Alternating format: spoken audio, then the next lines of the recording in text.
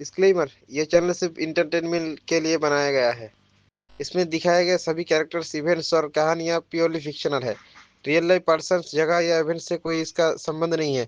हमारा मकसद सिर्फ आपको एक फैंटेसी एक्सपीरियंस और स्टोरी टेलिंग का मजा देना है। तो सब्सक्राइब कीजिए और हमारे ये फैंटेसी दुनिया का हिस्सा बन जाइए। अगर आपको सिस्टम बेस्ड फैंटेसी, एक्शन और मैजिकल एडवेंचर्स पसंद है तो ये चैनल स्पेशली आपके लिए ही बनी है। सब्सक्राइब कीजिए और बन जाइए इस फैंटेसी जर्नी का हिस्सा। आप देख रहे हैं कल्टिवेशन मॉडल। अगर आपको हमारा कंटेंट पसंद आता है तो लाइक, शेयर और सब्सक्राइब जरूर करें। चूजुवान द्वारा ग्रुप चैट में इस भीषण आपदा की घोषणा किए हुए 1 साल बीत चुका था। इस साल समूह में काफी चहल पहल बढ़ गई थी, खासकर जब हुआंग लोंग वहां आया था। होंग युवानचू और अन्य लोग भी काफी सक्रिय हो गए थे। वे उनसे इस भीषण आपदा की खबर सुनना चाहते थे। जब से उन्हें पता चला कि दाओयुआन क्षेत्र के साधकों को भी इस विपत्ति का सामना करना पड़ेगा, तब से वे चैन से नहीं रह पा रहे थे। उन्हें ये सोचना पड़ा कि वे इस विपत्ति से कैसे उबरें। लेकिन उन्हें इस भीषण आपदा के बारे में कुछ भी पता नहीं था। उन्हें यह भी नहीं पता था कि अपनी तैयारियों की शुरुआत कहां से और कैसे करें। चूजुवान कुछ मौकों पर समूह में दिखाई दिया, लेकिन उसने अपना पूर्व रुख बरकरार रखा। उसने कहा कि अभी समय नहीं आया है, इसलिए घबराने की कोई जरूरत नहीं है। वह जितना ज्यादा कहता था कि घबराने की कोई जरूरत नहीं है, होंग युवानचू और बाकी लोग उतना ही ज्यादा शांत नहीं रह पाते थे। शुआई पोटियन के वैकल्पिक वृतांत में समूह ने कहा, मैंने बुजुर्गों से पूछा और उन्होंने कहा कि वह भीषण आपदा इतनी भयानक थी कि दाओयुआन क्षेत्र के विशेषज्ञ भी मारे जाएंगे। इससे होंग युवानचू और बाकी लोग और भी ज्यादा डर गए। शुआई पोटियन ने इस महान आपदा के बारे में बुजुर्गों से पूछने के उनके अनुरोधों को ये कहते हुए अस्वीकार कर दिया कि बुजुर्ग इस बारे में विस्तार से बताना नहीं चाहते थे। दाओ क्षेत्र के साधक भी घबरा रहे थे। धिक्कार है, क्या सच में कोई ऐसी भीषण आपदा आई थी जिसमें दाओयुआन स्तर के साधक भी मारे गए थे? वह किस प्रकार की भयावह आपदा थी? बेशक ऐसे लोग भी थे जिन्हें बिल्कुल भी चिंता नहीं थी। उदाहरण के लिए यंग कोंग ने कहा, यह भीषण आपदा केवल दाओयुआन क्षेत्र के वरिष्ठों को ही प्रभावित करेगी। इसका हमसे कोई लेना देना नहीं होना चाहिए। आखिरकार दाओयुआन क्षेत्र हमसे बहुत दूर है। जब उसने ये कहा तो अन्य दाओ क्षेत्र के साधकों ने सिर हिलाकर सहमति जताई। यदि उन्हें पता होता कि महान दाओ आपदा ने उन्हें भी प्रभावित किया है तो वे शांत नहीं रह पाते। प्रिय पाठकों, आप हमारी सामग्री कॉपी करने वाली वेबसाइट पर पढ़ रहे हैं। कृपया हमें समर्थन देने के लिए इस लिंक URL को कॉपी करके खोजें। दाओयुआन क्षेत्र के साधकों के मन में उथल पुथल मची हुई थी। वे संभवतः गुप्त रूप से उस भीषण आपदा के बारे में जानकारी जुटा रहे थे, विशेषकर अन्य दाओयुआन क्षेत्र के साधकों से। एक बार जब इस भीषण आपदा की खबर फैल गई तो दाओयुआन क्षेत्र के ये विशेषज्ञ नौ क्षेत्रों और महान दाओयुआन आपदा पर ध्यान देने के मूड में कैसे रह सकते थे? चूजुवान बिल्कुल यही चाहती थी। हालांकि दाओयुआन क्षेत्र के विशेषज्ञ महान दाओयुआन आपदा में हस्तक्षेप नहीं करेंगे, लेकिन कुछ भी निश्चित नहीं था। वे व्यक्तिगत रूप से हस्तक्षेप नहीं कर सकते थे, लेकिन अन्य तरीकों का उपयोग कर सकते थे। उदाहरण के लिए क्लोन बनाना या कुछ इसी तरह का काम करना। चूजुवान नहीं चाहता था कि दाओयुआन क्षेत्र के विशेषज्ञ हस्तक्षेप करें और नौ क्षेत्रों के लिए उसकी योजनाओं को प्रभावित करें। 1 वर्ष के भीतर दक्षिणी क्षेत्र की समग्र शक्ति में तेजी से वृद्धि हुई थी। स्वर्गीय दाओ के नियमों को भी लगभग 50% तक मजबूत किया गया। पश्चिमी क्षेत्र के स्वर्ग और पृथ्वी के आधे नियम बदल दिए गए थे। पूर्वी क्षेत्र के स्वर्ग और पृथ्वी के 1/3 नियमों को प्रतिस्थापित कर दिया गया था। इसके विस्तार की गति लगातार बढ़ती रही। दक्षिणी क्षेत्र का रहस्यमयी लोक खुल गया। विरासतें और खजाने एक के बाद एक प्रकट होने लगे। दक्षिणी क्षेत्र के साधकों की शक्ति तेजी से बढ़ने लगी। उनके सम्राट स्तर के साधक अन्य क्षेत्रों के साधकों से कुछ खास कमजोर नहीं थे। हालांकि शीर्ष विशेषज्ञों की बात करें तो उनके बीच का अंतर अभी भी बहुत बड़ा था। चूजुवान की मदद से महान किन राजवंश की सैन्य शक्ति भी तेजी से बढ़ रही थी। उन्होंने पहले ही 3 कृषक सेनाएं गठित कर ली थीं। इसी कारण किन केयुन ने चूजुवान से उपयोग करने के लिए सैन्य संरचनाओं के बारे में पूछा। चू परिवार भी तेजी से तरक्की कर रहा था। यह उल्लेख करना उचित होगा कि इस बूढ़े व्यक्ति चू तियानमिंग ने चूजुवान की मदद से पहले ही सम्राट स्तर में प्रवेश कर लिया था। सम्राट पद प्राप्त करने के ठीक बाद के महीने के दौरान उन्हें अक्सर अपने पैतृक निवास में बेतहाशा हंसते हुए सुना जाता था। मैं चू तियानमिंग सचमुच एक सम्राट स्तर के विशेषज्ञ की तरह व्यवहार करता हूँ। चूजुवान ने अपना सिर हिलाया। इस बूढ़े आदमी की दुनिया बहुत छोटी थी। सम्राट का साम्राज्य तो बस शुरुआत थी। सम्राट स्तर में प्रवेश करने के बाद चू तियानमिंग बेहद खुश था। तभी उसे याद आया कि उसने चूजुवान को छोटे से आंगन में भेजा था। इससे पहले जब चूजुवान ने पैतृक निवास पर वापस जाने से इनकार कर दिया था तो वह बहुत क्रोधित हुआ था। अब जब वह सम्राट पद पर पहुंच चुका था तो उसका मूड बहुत अच्छा था। उसे अपने लापता तीसरे बेटे की याद आ रही थी, इसलिए वह स्वयं छोटे से आंगन में आया और चूजुवान से पैतृक निवास पर वापस जाने का अनुरोध किया। बेशक चूजुवान के लिए पैतृक निवास पर वापस जाना असंभव था, इसलिए उसे सीधे तौर पर अस्वीकार कर दिया गया। चू तियानमिंग इतना क्रोधित हुआ कि उसका गुस्सा 7वें आसमान पर पहुंच गया और उसने चूजुवान को घूर कर देखा। उसने कई बार हाथ उठाया, मानो उसे पीटना चाहता हो, लेकिन अंत में वह ऐसा करने की हिम्मत नहीं कर सका। जब बूढ़ा व्यक्ति अपने पैतृक निवास पर लौटा तो चूजुवान ने उसकी दहाड़ें सुनी जो उसने लंबे समय से नहीं सुनी थी। हरामखोर, कितना हरामखोर, उसे अपने दादाजी के लिए जरा भी इज्जत नहीं है। मैंने उनसे छोटे से आंगन में बैठकर आत्मचिंतन करने को कहा था और यह उसका परिणाम है। उफ, मुझे बहुत गुस्सा आ रहा है। अगर यही चाहिए तो बाकी की जिंदगी इसी आंगन में बिताओ। पूरे पारिवारिक क्षेत्र में गर्जना की आवाजें गूंज उठीं। आखिरकार वह पहले से ही सम्राट स्तर का विशेषज्ञ था। सब लोग अवाक रह गए। परिवार के मुखिया के साथ क्या चल रहा था? सिर्फ दहाड़ने से क्या फायदा था? चू जुबान अवाक रह गई। जब से चू तियानमिंग गुस्से में दहाड़ने लगा था तब से उसे इसकी लत लग गई थी, मानो वह सबको बताना चाहता हो कि वह गुस्से में है। चू युन चू तियानमिंग को सांत्वना देने के लिए पैतृक निवास पर वापस चली गई। पूरे चू परिवार में इस समय केवल चू युन ने ही चू तियानमिंग से मिलने का साहस किया। यहाँ तक कि चू परिवार के बड़े बुजुर्ग भी जाने की हिम्मत नहीं कर रहे थे। उन्हें डर था कि चू तियानमिंग उन्हें दंडित करने का कोई बहाना ढूंढ लेगा। चू युन एक अपवाद थी। चू तियानमिंग चाहे कितना भी क्रोधित क्यों न हो, चू युन को देखते ही वह मुस्कुरा उठता और शांत हो जाता। उस दिन डिंगयू और अन्य लोग चू जुबान को ढूंढने आए थे। वे सभी सर्वोच्च क्षेत्र के 9वें स्तर पर थे। उनका अगला कदम स्वर्गलोक में प्रवेश करना होगा। हालांकि स्वर्गलोक तक पहुंचना इतना आसान नहीं था। दाओयुआन की भीषण आपदा आने वाली है। नियम बदलेंगे, आप सभी निकल पड़ें। चू जुबान ने अपना हाथ हिलाया। अब इन शिष्यों के लिए बाहर जाकर दुनिया को जानने समझने का समय आ गया था। बाहर जाकर साहसिक कार्य करने से ही उन्हें सिस्टम द्वारा मिलने वाला इनाम प्राप्त होगा। हाँ मास्टर, शियांग जिंग उत्साह से भर गया था। आखिरकार वह दक्षिणी क्षेत्र में वापस जाने वाला था। उस समय जियांग परिवार उसे कई नामों से पुकारता था, कमीना, संकी इत्यादि। अब वह सर्वोच्च स्तर का 9वां विशेषज्ञ बन चुका था। जब वह इस बार लौटेगा तो वह निश्चित रूप से जियांग परिवार और दक्षिणी क्षेत्र को हिला देगा। शियांग परिवार के कुछ लोगों के लिए सबक सीखने का समय आ गया था। यदि वे अब भी उसे जियांग परिवार का सदस्य मानते हैं तो ठीक है। यदि वे नहीं मानते तो वह जियांग परिवार को छोड़ देगा और उनसे कोई संबंध नहीं रखेगा। डिंगयू और शियाओ लियांग एक साथ चले गए। वे दोनों अपनी युद्ध क्षमता के लिए प्रसिद्ध थे और उनमें से किसी को भी दूसरे को पूरी तरह से हराने का आत्मविश्वास नहीं था। हे युए भी छोटे से आंगन से निकल गई। वह स्वर्गीय दाव ताबीज योजना की प्रभारी थी, इसलिए उसे महान दाओयुआन आपदा के लिए भी योजना बनानी थी। उसे केंद्रीय क्षेत्र के केंद्रीय क्षेत्र में भी लौटना पड़ा। यदि उसके स्वामी की योजना सफल हो गई तो क्या किसी मानव राजा का परिवार इतना महत्वपूर्ण था? वह स्वर्गीय दाव ताबीज योजना की प्रभारी थी, इसलिए वह अभी भी उन्हें दबा सकती थी। वांग लुओ उत्तरी क्षेत्र में लौट आया और वांग परिवार को परेशान करना जारी रखा। वह बिल्कुल चूपिंगफान जैसा था जो इस समय पूर्वी क्षेत्र में जी परिवार को परेशान कर रहा था। जी परिवार बेहद गुस्से में था लेकिन कुछ कर नहीं पा रहा था। चूपिंगफान की अपनी ताकत हालांकि अपने आप में भयावह थी, लेकिन उसके पीछे मौजूद उस हस्ती के मुकाबले कुछ भी नहीं थी। असुर प्राचीन भूमि के भाग्य के खजाने डिंगयू और अन्य लोगों के हाथों में आ गए थे और यह स्पष्ट था कि चूपिंगफान भी उसी संप्रदाय से था। इससे यह अंदाजा लगाया जा सकता था कि उनके पीछे छिपी शक्ति कितनी भयावह थी। उनमें से प्रत्येक अद्वितीय प्रतिभा का धनी था। इसके अलावा जब उन्होंने स्वर्गीय संत संप्रदाय के पतित दिव्य क्षेत्र के विशेषज्ञ के बारे में सोचा तो वे कांप उठे। वह हस्ती ऐसी नहीं थी जिसे वे ठेस पहुंचाने का जोखिम उठा सकें। डिंगयू और अन्य लोगों का संभवतः उस रहस्यमय सत्ता के साथ एक निश्चित संबंध था जिसने असुर प्राचीन भूमि के लिए नियम निर्धारित किए थे। इसी वजह से जी परिवार के बुजुर्गों ने सीधे तौर पर कोई कदम उठाने की हिम्मत नहीं की। हालांकि उनके जूनियर खिलाड़ियों में से कोई भी चूपिंगफान का मुकाबला नहीं कर सकता था और उन्हें समय समय पर निशाना बनाया जाता था। चू युआन भी बदले की भावना रखता प्रतीत हो रहा था। कुछ ताकतों के साथ गठबंधन करने के बाद उसने व्यापारिक साझेदारी शुरू कर दी थी और जी परिवार के कारोबार को धीरे धीरे हथिया रहा था। वांग लुओ के जाने से पहले उसने चू जुबान से पूछा, गुरुजी, मैं दूसरों को कुछ रसायन विद्या के कौशल सिखाना चाहता हूँ। क्या ये संभव है? चू जुबान ने सिर हिलाया। उन्होंने अपने शिष्यों द्वारा एक संप्रदाय शुरू करने पर कोई आपत्ति नहीं जताई।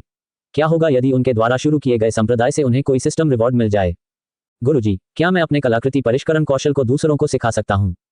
शियांग जिंग ने भी पूछा। जब तक आप अपनी सीमाओं को जानते हैं। चू जुबान ने सिर हिलाया। वांग लुओ के जाने के बाद चू जुबान ने जियांग जिंग को रोक लिया, जो जाने ही वाला था। वह जानता था कि जियांग जिंग का उससे किसी न किसी तरह का कर्म संबंध था और उसकी पृष्ठभूमि असामान्य थी। हालांकि उसकी ताकत बढ़ गई थी, लेकिन ये गारंटी देना मुश्किल था कि दक्षिणी क्षेत्र में लौटने पर उसे कुछ अप्रत्याशित परिस्थितियों का सामना नहीं करना पड़ेगा। शियांग जिंग की मां ने फायर डाओ फल का सेवन किया था। चाहे ये संयोगवश हुआ हो या उनकी असाधारण स्थिति के कारण, इसके पीछे कोई न कोई कहानी जरूर होगी। अब शियांग जिंग को याद दिलाने का समय आ गया था। गुरुजी, आपके क्या निर्देश हैं? कुछ देर सोच विचार करने के बाद चू जुबान ने पूछा, क्या तुम जानते हो कि तुम्हारी माँ कौन है? शियांग जिंग चौंक गई और बोली, जब मैं छोटी थी मेरी माँ मुझे छोड़कर चली गई और फिर कभी वापस नहीं लौटी। उसके बाद से मैंने उससे कोई संपर्क नहीं किया है। कुछ देर रुकने के बाद उन्होंने आगे कहा, शियांग परिवार में यह अफवाह फैली हुई है कि मेरी माँ किसी और के साथ भाग गई और मुझे छोड़ दिया। मेरे पिता ने कहा कि मेरी माँ की मौत एक दुर्घटना में हुई थी। शियांग जिंग असमंजस में था। उसे समझ नहीं आ रहा था कि उसके गुरु ने उसकी माँ का जिक्र क्यों किया। अपनी माँ से जुड़ी उसकी सारी यादें उसके बचपन की थीं। उसे बस इतना याद था कि जब उसकी माँ जीवित थी तब उसकी स्थिति ठीक ठाक थी और उसे कभी अजूबा या राक्षस नहीं कहा जाता था। उसकी माँ के लापता हो जाने के बाद उसकी स्थिति तेजी से बदतर हो गई। जब उसकी जलती हुई हड्डियां सामने आईं तो हर कोई उसे राक्षस या विचित्र प्राणी कहने लगा। तुम्हारी जन्मजात अग्नि में हड्डियों वाली शारीरिक बनावट तुम्हारी माँ द्वारा अग्निदाव फल के सेवन का परिणाम थी, जिससे उसके वंश में परिवर्तन आया। चू जुबान ने उसे याद दिलाया, जो कोई भी दाव फल को निगल सकता है वह असाधारण है, चाहे इसका कारण कुछ भी हो। शियांग जिंग का दिल कांप उठा। क्या उसकी जन्मजात अग्नि में हड्डियों वाली शारीरिक बनावट उसकी माँ द्वारा अग्निताव फल के सेवन के कारण हुई थी, जिसके परिणामस्वरूप उसकी वंश परंपरा में परिवर्तन आया था? अतीत में वह हमेशा यही सोचता था कि उसकी माँ एक साधारण महिला है जिसका कोई सामाजिक रुतबा नहीं है। अब उसे पता चल गया था कि इन सब के पीछे कोई रहस्य छिपा हुआ है। धन्यवाद गुरुजी, जियांग जिंग ने प्रणाम किया। चू जुबान ने अपना हाथ हिलाया और जियांग जिंग के शरीर से रक्त का एक कतरा लिया। फिर उसने उसे पुनर्जन्म के रक्त में संघनित किया और जियांग जिंग को सौंप दिया। पुनर्जन्म के इस रक्त की बूंद को दक्षिणी क्षेत्र में लौटने के बाद किसी सुरक्षित स्थान पर छिपा देना। अगर कुछ भी हो जाए तो दक्षिणी क्षेत्र में तुम्हारा पुनर्जन्म होगा। शियांग जिंग का दिल कांप उठा। क्या उसकी मां का कर्म इतना शक्तिशाली था कि उसे भारी खतरे का सामना करना पड़ सकता था? दावफल ऐसे खजाने थे जिनके लिए दिव्य क्षेत्र के विशेषज्ञ भी आपस में लड़ते थे। इसलिए इस खुलासे के निहितार्थ बहुत व्यापक थे। ऐसे में उनकी मां लापता कैसे हो सकती थी? धन्यवाद गुरुजी, शियांग जिंग ने सम्मानपूर्वक 3 बार प्रणाम किया। जाओ, अगर तुम किसी विकट परिस्थिति में हो तो तुम आत्मा की खोज के चिन्ह को सक्रिय कर सकते हो। चू जुबान ने अपना हाथ हिलाया। हाँ मास्टर। शियांग जिंग वहां से रवाना हो गया और दक्षिणी क्षेत्र के पूर्वी क्षेत्र की ओर वापस यात्रा पर निकल पड़ा।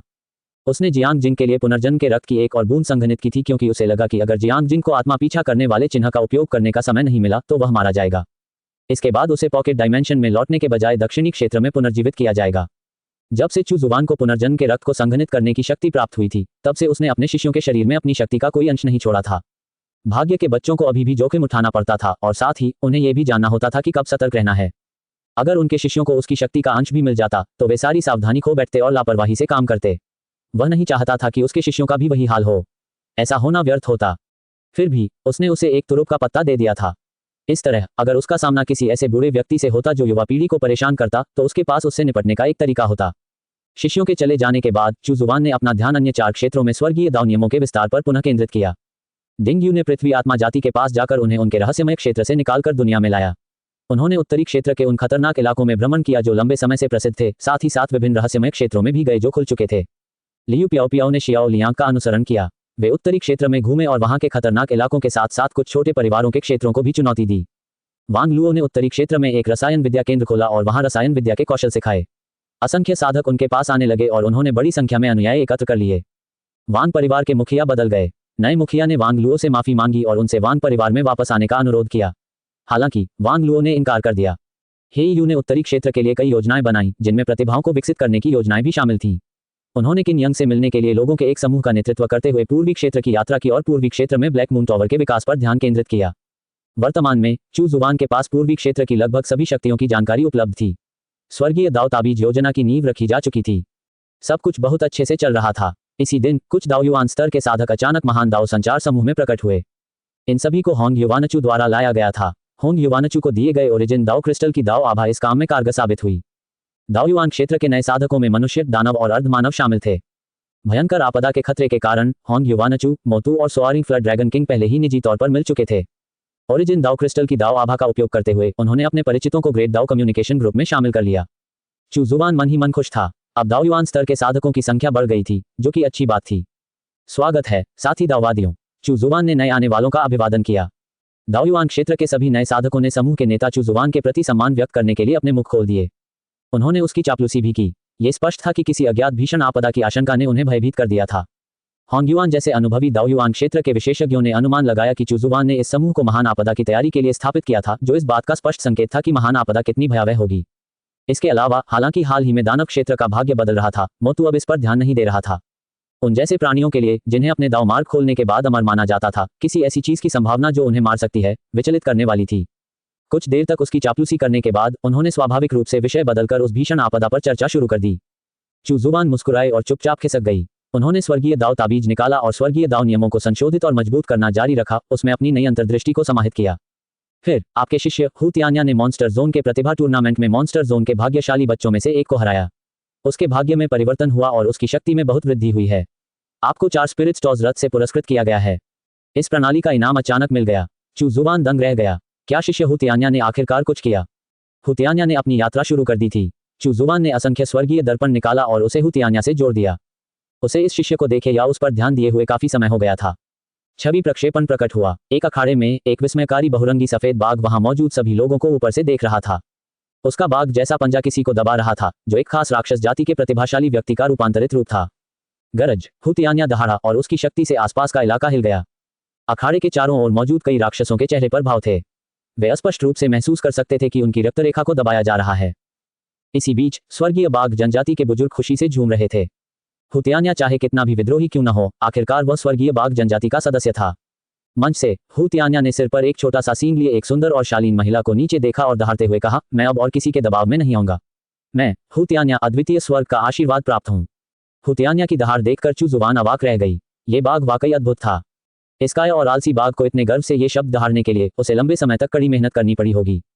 क्या वह खूबसूरत सींगों वाली महिला उसकी मंगेतर थी, नीले ड्रैगन जनजाति की राजकुमारी? इस समय दूसरे पक्ष का चेहरा पीला पड़ गया था। हू तियान्या बेहद खुश था। उसके गुरु सही थे, केवल कड़ी मेहनत से ही सुख प्राप्त हो सकता था। तुमने मुझे नीचा समझा था, लेकिन अब मैंने तुम्हें गलत साबित कर दिया है। गरज, एक राक्षस को राक्षस जैसा दिखना चाहिए। यह मेरा असली रूप और मेरी सबसे शक्तिशाली अवस्था है। हू तियान्या दहाड़ते हुए बोला, और किसे चाहिए? अपने बाघ जैसे पंजे के एक झटके से उसने उस प्रतिभाशाली व्यक्ति को अपने पंजे के नीचे से उठाकर मंच से नीचे गिरा दिया। मंच पर खड़े होकर दर्शकों की ओर नीचे देखते हुए हू तियान्या का व्यक्तित्व राजसी और असाधारण था। एजियो ड्रैगन प्रिंसेस मंच पर कूद पड़ी। हू तियान्या, मैं तुमसे लड़ूंगा।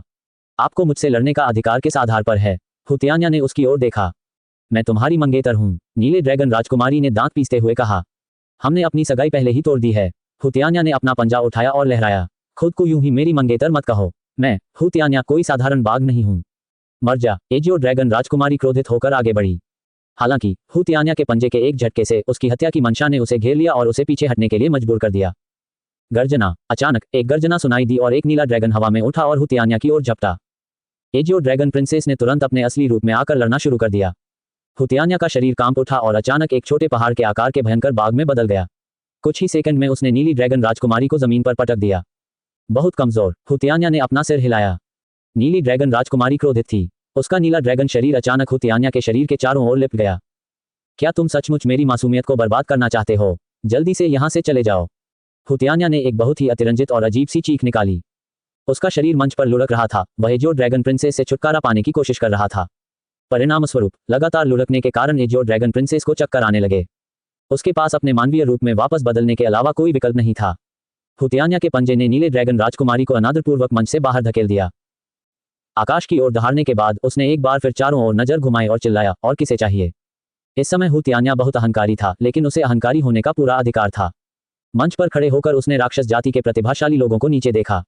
किसी ने भी उसे चुनौती देने के लिए आगे कदम नहीं बढ़ाया। प्लेटफॉर्म से कूदकर वह एक हेवनली टाइगर जनजाति के बुजुर्ग के पास से घमंडी अंदाज में गुजरा।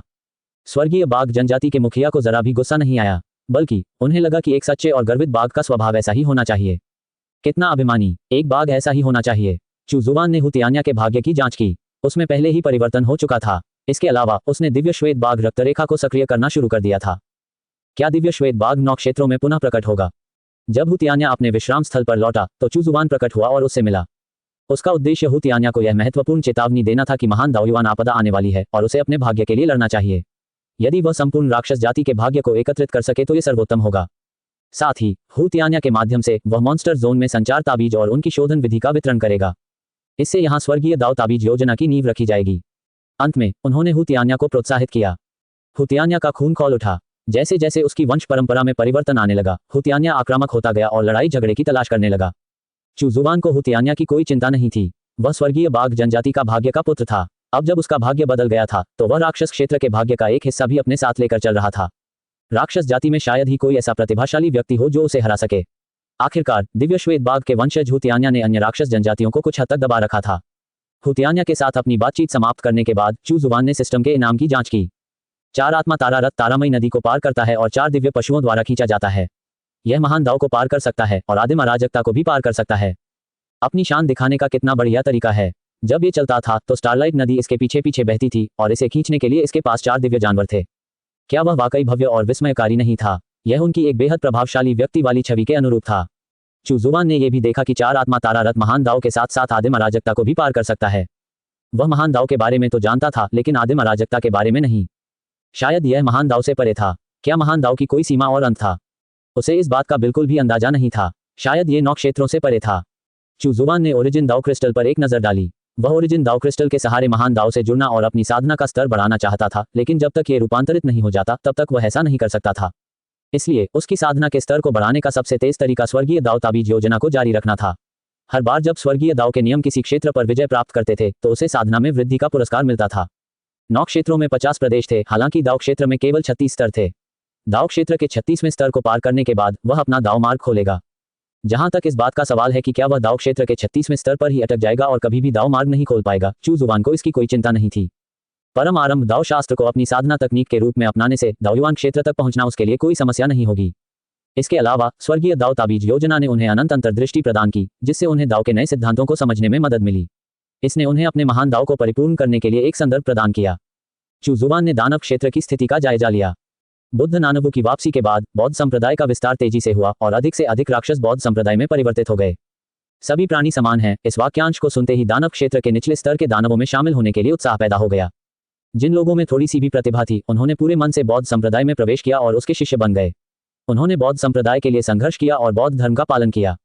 दानव क्षेत्र में मंदिर दिखाई देने लगे। दावेई बौद्ध मंदिर दानव क्षेत्र में स्थित बौद्ध संप्रदाय की पवित्र भूमि और पैतृक अदालत थी। जैसे जैसे बौद्ध संप्रदाय मजबूत होता गया और फैलता गया, संघर्ष अपरिहार्य हो गए और हर दिन युद्ध होते रहे। स्वर्गीय दानव जनजाति के उच्च अधिकारियों ने भी बौद्ध संप्रदाय पर ध्यान देना शुरू कर दिया। एक बार तो उन्होंने दावेई बौद्ध मंदिर पर हमला करने के लिए स्वर्गलोक के 10 शीर्ष विशेषज्ञों को भी भेजा, ताकि बौद्ध संप्रदाय की पवित्र भूमि और उनके पूजा स्थल को नष्ट किया जा सके। यद्यपि बौद्ध संप्रदाय के सभी शिष्य धर्मांतरण से पहले राक्षस थे, लेकिन धर्मांतरण के बाद उन्होंने खुद को राक्षस नहीं माना और यहाँ तक कि अन्य राक्षसों को भी धर्मांतरित करने का दायित्व अपने ऊपर ले लिया। इसके अलावा बौद्ध धर्म द्वारा प्रचारित विचारधारा राक्षसों की विचारधारा से बिल्कुल विपरीत थी। जब ये शिष्य दूसरे राक्षसों को देखते थे तो वे कहते थे, भिक्षादाता, तुमने बहुत बड़ा पाप किया है, कसाई का चाकू नीचे रख दो, बौद्ध धर्म अपना लो, इत्यादि। इसके अलावा बौद्ध धर्म ग्रंथों का जाप करने से राक्षस जाति को कुछ हद तक नियंत्रित किया जा सकता था और राक्षसी शक्ति को शुद्ध किया जा सकता था, जो कि बिल्कुल अस्वीकार्य था। इस प्रकार स्वर्गीय दानव जनजाति के उच्च अधिकारियों ने कार्रवाई की। बौद्ध संप्रदाय का तेजी से विकास होने लगा। हालांकि पूरे दानव क्षेत्र में इसका प्रभाव क्षेत्र केवल आधे क्षेत्र तक ही सीमित था। आकार के लिहाज से दानव क्षेत्र के 5 क्षेत्र उत्तरी क्षेत्र से कहीं बड़े थे और लगभग मध्य क्षेत्र के बराबर थे, जो मानव जाति का सबसे समृद्ध क्षेत्र था और 10 क्षेत्रों में विभाजित था। हालांकि स्वर्गीय दानव जनजाति के उच्च अधिकारियों ने कार्रवाई करने का फैसला किया, लेकिन उन्होंने पूरी ताकत से लामबंदी नहीं की। आखिरकार बौद्ध संप्रदाय का प्रभाव केवल आधे क्षेत्र तक ही सीमित था और दानव क्षेत्र में इसे केवल मध्यम आकार की शक्ति ही माना जा सकता था। इसकी तुलना स्वर्गीय दानव जनजाति से कैसे की जा सकती है? उन्हें पूरा भरोसा था कि 10 शीर्ष स्वर्ग क्षेत्र के विशेषज्ञ पर्याप्त होंगे। आखिरकार स्वर्गीय दानव जनजाति के विशेषज्ञ दानव जाति के अन्य विशेषज्ञों की तुलना में 30% अधिक शक्तिशाली थे। इसके अलावा बौद्ध धर्म की स्थापना अभी अभी हुई थी, इसलिए उनके पास स्वर्गलोक के विशेषज्ञ सीमित संख्या में थे और शायद उनके पास स्वर्गलोक के सर्वोच्च विशेषज्ञ भी न हों। अंततः दावेई बौद्ध मंदिर में प्रवेश करने के बाद वे कभी वापस नहीं लौटे। स्वर्गिक दानव जनजाति को एहसास हुआ कि कुछ गड़बड़ है। स्वर्ग क्षेत्र के उन 10 शीर्ष विशेषज्ञों में से कोई भी वापस नहीं लौटा था। वे क्रोधित थे। बौद्ध धर्म स्पष्ट रूप से स्वर्गीय दानव जनजाति को उकसा रहा था। यह अक्षम्य था। उन्होंने दावी बौद्ध मंदिर को नष्ट करने के लिए 3 अर्धस्तरीय दिव्य क्षेत्र के विशेषज्ञों के नेतृत्व में 10 और शीर्ष स्वर्ग क्षेत्र के विशेषज्ञों को भेजा। अंत में दावी बौद्ध मंदिर से बाहर निकले प्रख्यात भिक्षु वही 10 शिखर स्वर्गलोक के विशेषज्ञ निकले जिन्होंने पहले मंदिर पर हमला किया था। इससे भी ज्यादा भयावह बात यह थी कि इन 10 लोगों में से 4 लोग पहले ही अर्ध दिव्य अवस्था तक पहुंच चुके थे। उन सभी के चेहरे दयालु थे और उनके सिर पूरी तरह से गंजे और चमकदार थे। उन्होंने कसाया पहन रखे थे और अपनी हथेलियों को आपस में जोड़ रखा था। हे उपकारक, कसाई का चाकू नीचे रख दो और तुरंत बौद्ध धर्म अपना लो। स्वर्गीय दानव जनजाति के विशेषज्ञ क्रोधित हो गए। उन्हें एहसास हुआ कि कुछ गड़बड़ है। बौद्ध संप्रदाय में कुछ बहुत बड़ी गड़बड़ी थी। वे मूर्ख नहीं थे। उन 4 अर्ध दिव्य स्तर के विशेषज्ञों की उपस्थिति में वे उन्हें परास्त नहीं कर सकते थे। इसलिए वे तुरंत पीछे हटना चाहते थे, लेकिन दावेई बौद्ध मंदिर की संरचना सक्रिय हो गई, जिससे वे अंदर फंस गए। बौद्ध प्रकाश प्रज्वलित हुआ और मंत्रोच्चार की ध्वनि निरंतर सुनाई दे रही थी। बर्फ जैसे सफेद भिक्षु वस्त्र पहने हुए दानव बुद्ध ने अपने हाथ जोड़कर उन्हें बौद्ध धर्म में परिवर्तित करने के लिए उनकी ओर चलना शुरू किया। अंतिम हमलावर वे 3 अर्ध दिव्य क्षेत्र विशेषज्ञ थे जिनकी इच्छाशक्ति प्रबल थी। वे दानव जाति के प्रति अत्यंत वफादार थे और उन्हें परिवर्तित नहीं किया जा सका, इसलिए वे मारे गए। लेकिन बाकी के 10 लोग धर्म परिवर्तन कर चुके थे। दावेई बौद्ध मंदिर की संरचना में बुद्ध नानवु का आशीर्वाद समाहित था। स्वर्गीय दानव जनजाति के 10 विशेषज्ञ स्वाभाविक रूप से इसका सामना नहीं कर सकते थे। एक और असफल हमले के बाद स्वर्गीय दानव जनजाति शांत हो गई। उन्हें पता था कि दावेई बौद्ध मंदिर में कुछ गड़बड़ है। बौद्ध संप्रदाय का विस्तार जारी रहा और अंततः उन्होंने एक क्षेत्र पर कब्जा कर लिया, जिसे उन्होंने बौद्ध क्षेत्र नाम दिया। इस क्षेत्र के सभी राक्षस बौद्ध धर्म में परिवर्तित हो चुके थे। जहां तक नजर जाती थी, उनमें से लगभग सभी गंजे थे। इस प्रकार बौद्ध वंश की स्थापना हुई। एक बार जब बौद्ध वंश स्थापित हो जाता था और किसी क्षेत्र पर कब्जा कर लेता था, तो इस प्रणाली का प्रतिफल मिल जाता था। आपके शिष्य दानव बुद्ध ने बौद्ध वंश का नेतृत्व किया और उसे बलवान बनाया तथा दानव क्षेत्र में एक क्षेत्र पर अधिकार स्थापित किया। आपको वाम और दक्षिण बौद्ध परिचारकों के लिए पदोन्नति का पुरस्कार दिया गया है। दाव क्षेत्र आगे बढ़ने के बाद बाएं और दाएं बौद्ध सेवक दाव क्षेत्र के पहले स्तर पर पहुंच गए। अंततः उसने दाव क्षेत्र के अधीनस्थों को अपने अधीन कर लिया, जिससे चू जुबान के नेतृत्व में सेना मजबूत हुई। चू ही और चू एर अब दाव क्षेत्र के आधे चरण के विशेषज्ञ बन चुके थे। यदि वे एक बार फिर रूपांतरित हो जाते तो वे दाव क्षेत्र तक पहुंचने में सक्षम हो जाते। वे अब आत्मा की कठपुतली नहीं थे। वे पहले से ही एक नए प्रकार के जीवन रूप में प्रवेश कर चुके थे, जिसमें उनके अपने विचार और चेतना थी। हालांकि फिलहाल न तो चू ही और न ही चू एर रूपांतरित होकर दाव क्षेत्र में प्रवेश कर सकते हैं। ऐसा करने से पहले उन्हें ओरिजिन दाओ क्रिस्टल के रूपांतरित और उन्नत होने का इंतजार करना पड़ा। चुजुवान माइरीड हेवनली मिरर को बंद करने ही वाला था कि तभी उसे अचानक एहसास हुआ कि दानव क्षेत्र में एक शक्तिशाली आभा का विस्फोट हुआ है। दिव्यलोक, दानव जाति का एक पूर्वज। एक बार जब दिव्यलोक के विशेषज्ञ उजाड़ प्राचीन क्षेत्र से निकल गए तो वे स्वाभाविक रूप से अपने अपने क्षेत्रों में लौट आए। दानव जाति के दिव्यलोक के विशेषज्ञ भी अलग नहीं थे। स्वर्गीय दानव जनजाति को 2 बार पराजय मिलने के बाद दानव जाति के एक पूर्वज ने स्वयं कार्रवाई की। बुद्ध नानवु खड़े हुए और बौद्ध धर्मग्रंथों का पाठ करने लगे। पलक झपकते ही वे बौद्ध क्षेत्र से बाहर पहुंच गए। अमिताभ, उपकारी ने घोर पाप किया है। कसाई का चाकू त्याग दें और हमारे बौद्ध संप्रदाय में शामिल हो जाएं। सच्चे मन से पश्चाताप करें और अपने पापों को धो डालें। तुम मौत को दावत दे रहे हो। दानव जाति के दिव्य क्षेत्र के पूर्वज क्रोधित थे। वह तो केवल दिव्य क्षेत्र के प्रथम स्तर का एक गंजा आदमी था, फिर भी उसने इतनी धृष्टतापूर्ण बातें कहने का साहस किया। बुद्ध नानवु ने बाहरी तौर पर जिस साधना स्तर का प्रदर्शन किया वह मात्र दिखावा था। दानव जाति के दिव्य पूर्वज दिव्य स्तर के चौथे स्तर तक पहुंच चुके थे, इसलिए उन्होंने स्वाभाविक रूप से बुद्ध नानवु को गंभीरता से नहीं लिया। धमाका, राक्षसी शक्ति आकाश में उठी और हिंसक रूप से फट पड़ी। बुद्ध नानवु ने अपनी हथेलियों को एक साथ दबाया और बौद्ध प्रकाश की लहरें निकली जो एक विशाल घंटी में बदल गईं और सीधे दिव्य क्षेत्र के पूर्वज की ओर बढ़ीं और उन्हें कैद कर लिया। इसके बाद उसे दावेई बौद्ध मंदिर में वापस लाया गया और दानव दमन टावर में बंद कर दिया गया। बुद्ध नानवु में दिव्य क्षेत्र के साधकों को परिवर्तित करने की क्षमता नहीं थी। आखिरकार दिव्य लोक असाधारण था। जब चुजुवान ने यह दृश्य देखा तो उसने इस बात पर विचार किया कि क्या उसे दानव जाति के विशेषज्ञों को परिवर्तित करने में मदद करने के लिए विश्व शुद्धिकरण करने वाले चमकदार पैगोडा को भेजना चाहिए या नहीं। वहां निश्चित रूप से एक से अधिक दानव जाति के दिव्य क्षेत्र के विशेषज्ञ थे। यदि उन सभी को बौद्ध धर्म में परिवर्तित कर दिया जाए तो दानव क्षेत्र पर बौद्ध वंश के कब्जे की प्रक्रिया तेजी से बढ़ जाएगी। यदि उनके दिव्य क्षेत्र के विशेषज्ञ भी परिवर्तित हो गए तो अन्य राक्षस कैसे प्रतिरोध कर सकते थे? वे शायद ऐसा नहीं करेंगे। इसी विचार को ध्यान में रखते हुए चुजुवान ने विश्व शुद्धिकरण करने वाले चमकदार पैगोडा को यहां भेजने और इसे बौद्ध वंश का सर्वोच्च खजाना बनाने का निर्णय लिया। वैसे भी कोई भी उस विश्व शुद्धिकरण करने वाले चमकदार शिवालय को छीन नहीं सकता था। चुजुवान अब भी उसका स्वामी था और वह उसे किसी भी समय वापस ले सकता था। वह तुरंत छवि प्रक्षेपण के माध्यम से प्रकट हुए और दानव बुद्ध और बुद्ध नानवु से मिले। उन्होंने उन्हें प्रोत्साहित किया और शास्त्रों का उपदेश दिया। 9 क्षेत्रों के बौद्ध वंश की अभी स्थापना हुई है, इसलिए इसे एक सर्वोच्च धरोहर की आवश्यकता है। ये विश्व शुद्धिकरण करने वाला कांच पत्थर से बना शिवालय बौद्ध वंश की सर्वोच्च धरोहर होगा। इसके बाद चुजुवान ने विश्व शुद्धिकरण करने वाला चमकदार पैगोडा भेजा। साथ ही उन्होंने दानव बुद्ध और बुद्ध नानवु को इसका उपयोग करने की अनुमति दी। उन्होंने उन्हें दूसरों को भी इसका उपयोग करने की अनुमति देने का अधिकार दिया। विश्व शुद्धिकरण करने वाले चमकदार शिवालय को प्राप्त करने के बाद बुद्ध नानवु ने तुरंत दिव्य क्षेत्र के राक्षस पूर्वज को विश्व शुद्धिकरण करने वाले चमकदार शिवालय के दूसरे स्तर में फेंक दिया ताकि उसे दबाकर परिवर्तित किया जा सके। कांच से बने इस पैगोडा में कुल 7 स्तर थे और प्रत्येक स्तर पिछले स्तर से अधिक शक्तिशाली था। दूसरा स्तर दिव्य लोक के राक्षसों को परिवर्तित करने के लिए पर्याप्त था। दरअसल पहला स्तर दिव्य क्षेत्र के राक्षसों को भी परिवर्तित कर सकता है, लेकिन इसमें अधिक समय लगेगा। चुजुवान ने दानव बुद्ध और बुद्ध नानवु से दानव क्षेत्र में संचार ताबीजों को बढ़ावा देना शुरू करने के लिए कहा ताकि स्वर्गीय दाव ताबीज योजना की नींव रखी जा सके। बातचीत समाप्त करने के बाद चुजुवान ने अपना सिर आकाश की ओर उठा लिया। स्वर्गीय दाव के नियम पश्चिमी क्षेत्र पर अपना अधिकार जमाने ही वाले थे। दाओयुआन की भीषण आपदा नजदीक आती जा रही थी। चुजुवान का अगला लक्ष्य स्वर्गीय दाव नियमों के अंतर्गत स्वर्ग क्षेत्र के विशेषज्ञों को दिव्य क्षेत्र में आगे बढ़ने में मदद करना था ताकि स्वर्गीय दाव नियमों को मजबूत किया जा सके। हालांकि चुजुवान स्वर्गीय दाव ताबीज योजना में व्यस्त थे, फिर भी वे कभी कभी अपने शिष्यों पर ध्यान देते थे। दक्षिणी क्षेत्र, पूर्वी क्षेत्र, जियांग परिवार। शियांग शिंग लौट आया था। शियांग परिवार के उस नीच बदमाश बेटे की वापसी की खबर शियांग परिवार में तेजी से फैल गई। सभी को लगा था कि यह राक्षस मर चुका है और किसी को भी उसके अचानक लौटने की उम्मीद नहीं थी। इस समय जियांग जिंग, जियांग परिवार के मुखिया जियांग बैंग के अध्ययन कक्ष में था। जियांग बैंग उसका पिता भी था। असल में जियांग जिंग की योजना वापस लौटने के बाद जियांग परिवार के कुछ सदस्यों के लिए परेशानी खड़ी करने की थी। हालांकि जब उसे चुजुवान से पता चला कि उसकी मां के मामले के पीछे कोई रहस्य छिपा हुआ प्रतीत होता है तो उसने पहले खुद को संयमित किया। इसके बजाय उसने सबसे पहले अपनी मां के बारे में पता लगाने की कोशिश की। शियांग बैंग ने अपने बेटे की ओर देखा। उसके चेहरे पर कोई भाव नहीं था। पिता पुत्र के बीच लंबे समय से प्रतीक्षित मिलन की हैरानी और उत्साह तो बिल्कुल भी नहीं। उनकी निगाहें बेहद शांत थीं। इस समय जियांग जिंग द्वारा प्रकट की गई साधना का स्तर केवल आध्यात्मिक क्षेत्र का पहला स्तर था। इन वर्षों में तुम कहां रहे इससे कोई फर्क नहीं पड़ता। चूंकि तुम वापस आ गए हो तो तुम्हें जियांग परिवार के इलाके में ही रहना चाहिए। गपशपों पर ध्यान देने की कोई जरूरत नहीं है, जियांग बैंग ने शांत भाव से कहा। शियांग जिंग ने अपने पिता को जटिल भावों से देखा। जब से वह छोटा था उसके पिता का उसके प्रति रवैया हमेशा एक जैसा ही रहा था। उसमें कोई बदलाव नहीं आया था और उसने अपने पिता से कभी कोई स्नेह महसूस नहीं किया था। यहाँ तक कि जब शियांग परिवार में उसका मजाक उड़ाया जाता था और उसे परेशान किया जाता था तब भी उसके पिता ने कभी उसका साथ नहीं दिया। उसके पिता ने तो उसकी इस अजीब बीमारी की जांच कराने की जहमत तक नहीं उठाई थी। क्या उसके पिता का रवैया उसके नाजायज बेटे होने की वजह से था? शियांग जिंग को ये बात समझ नहीं आई। मैं कुछ हिसाब किताब निपटाने और कुछ चीजों की जांच करने के लिए वापस आया हूँ। ये कहते समय शियांग जिंग की निगाहों में थोड़ी सी शीतलता झलक रही थी। शियांग बैंग कुछ पल चुप रहने के बाद बोला, क्या तुम ऐसा कर सकते हो? अपने ऊपर शर्मिंदगी मत लाओ। हिसाब बराबर करना है या नहीं, ये तुम्हारी मर्जी है।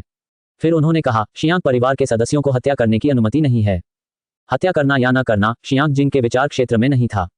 वह सिर्फ अपना गुस्सा निकालना चाहता था। अगर उसे अपना गुस्सा निकालने के लिए किसी को मारना भी पड़े तो उसे मारने में कोई हिचक नहीं थी।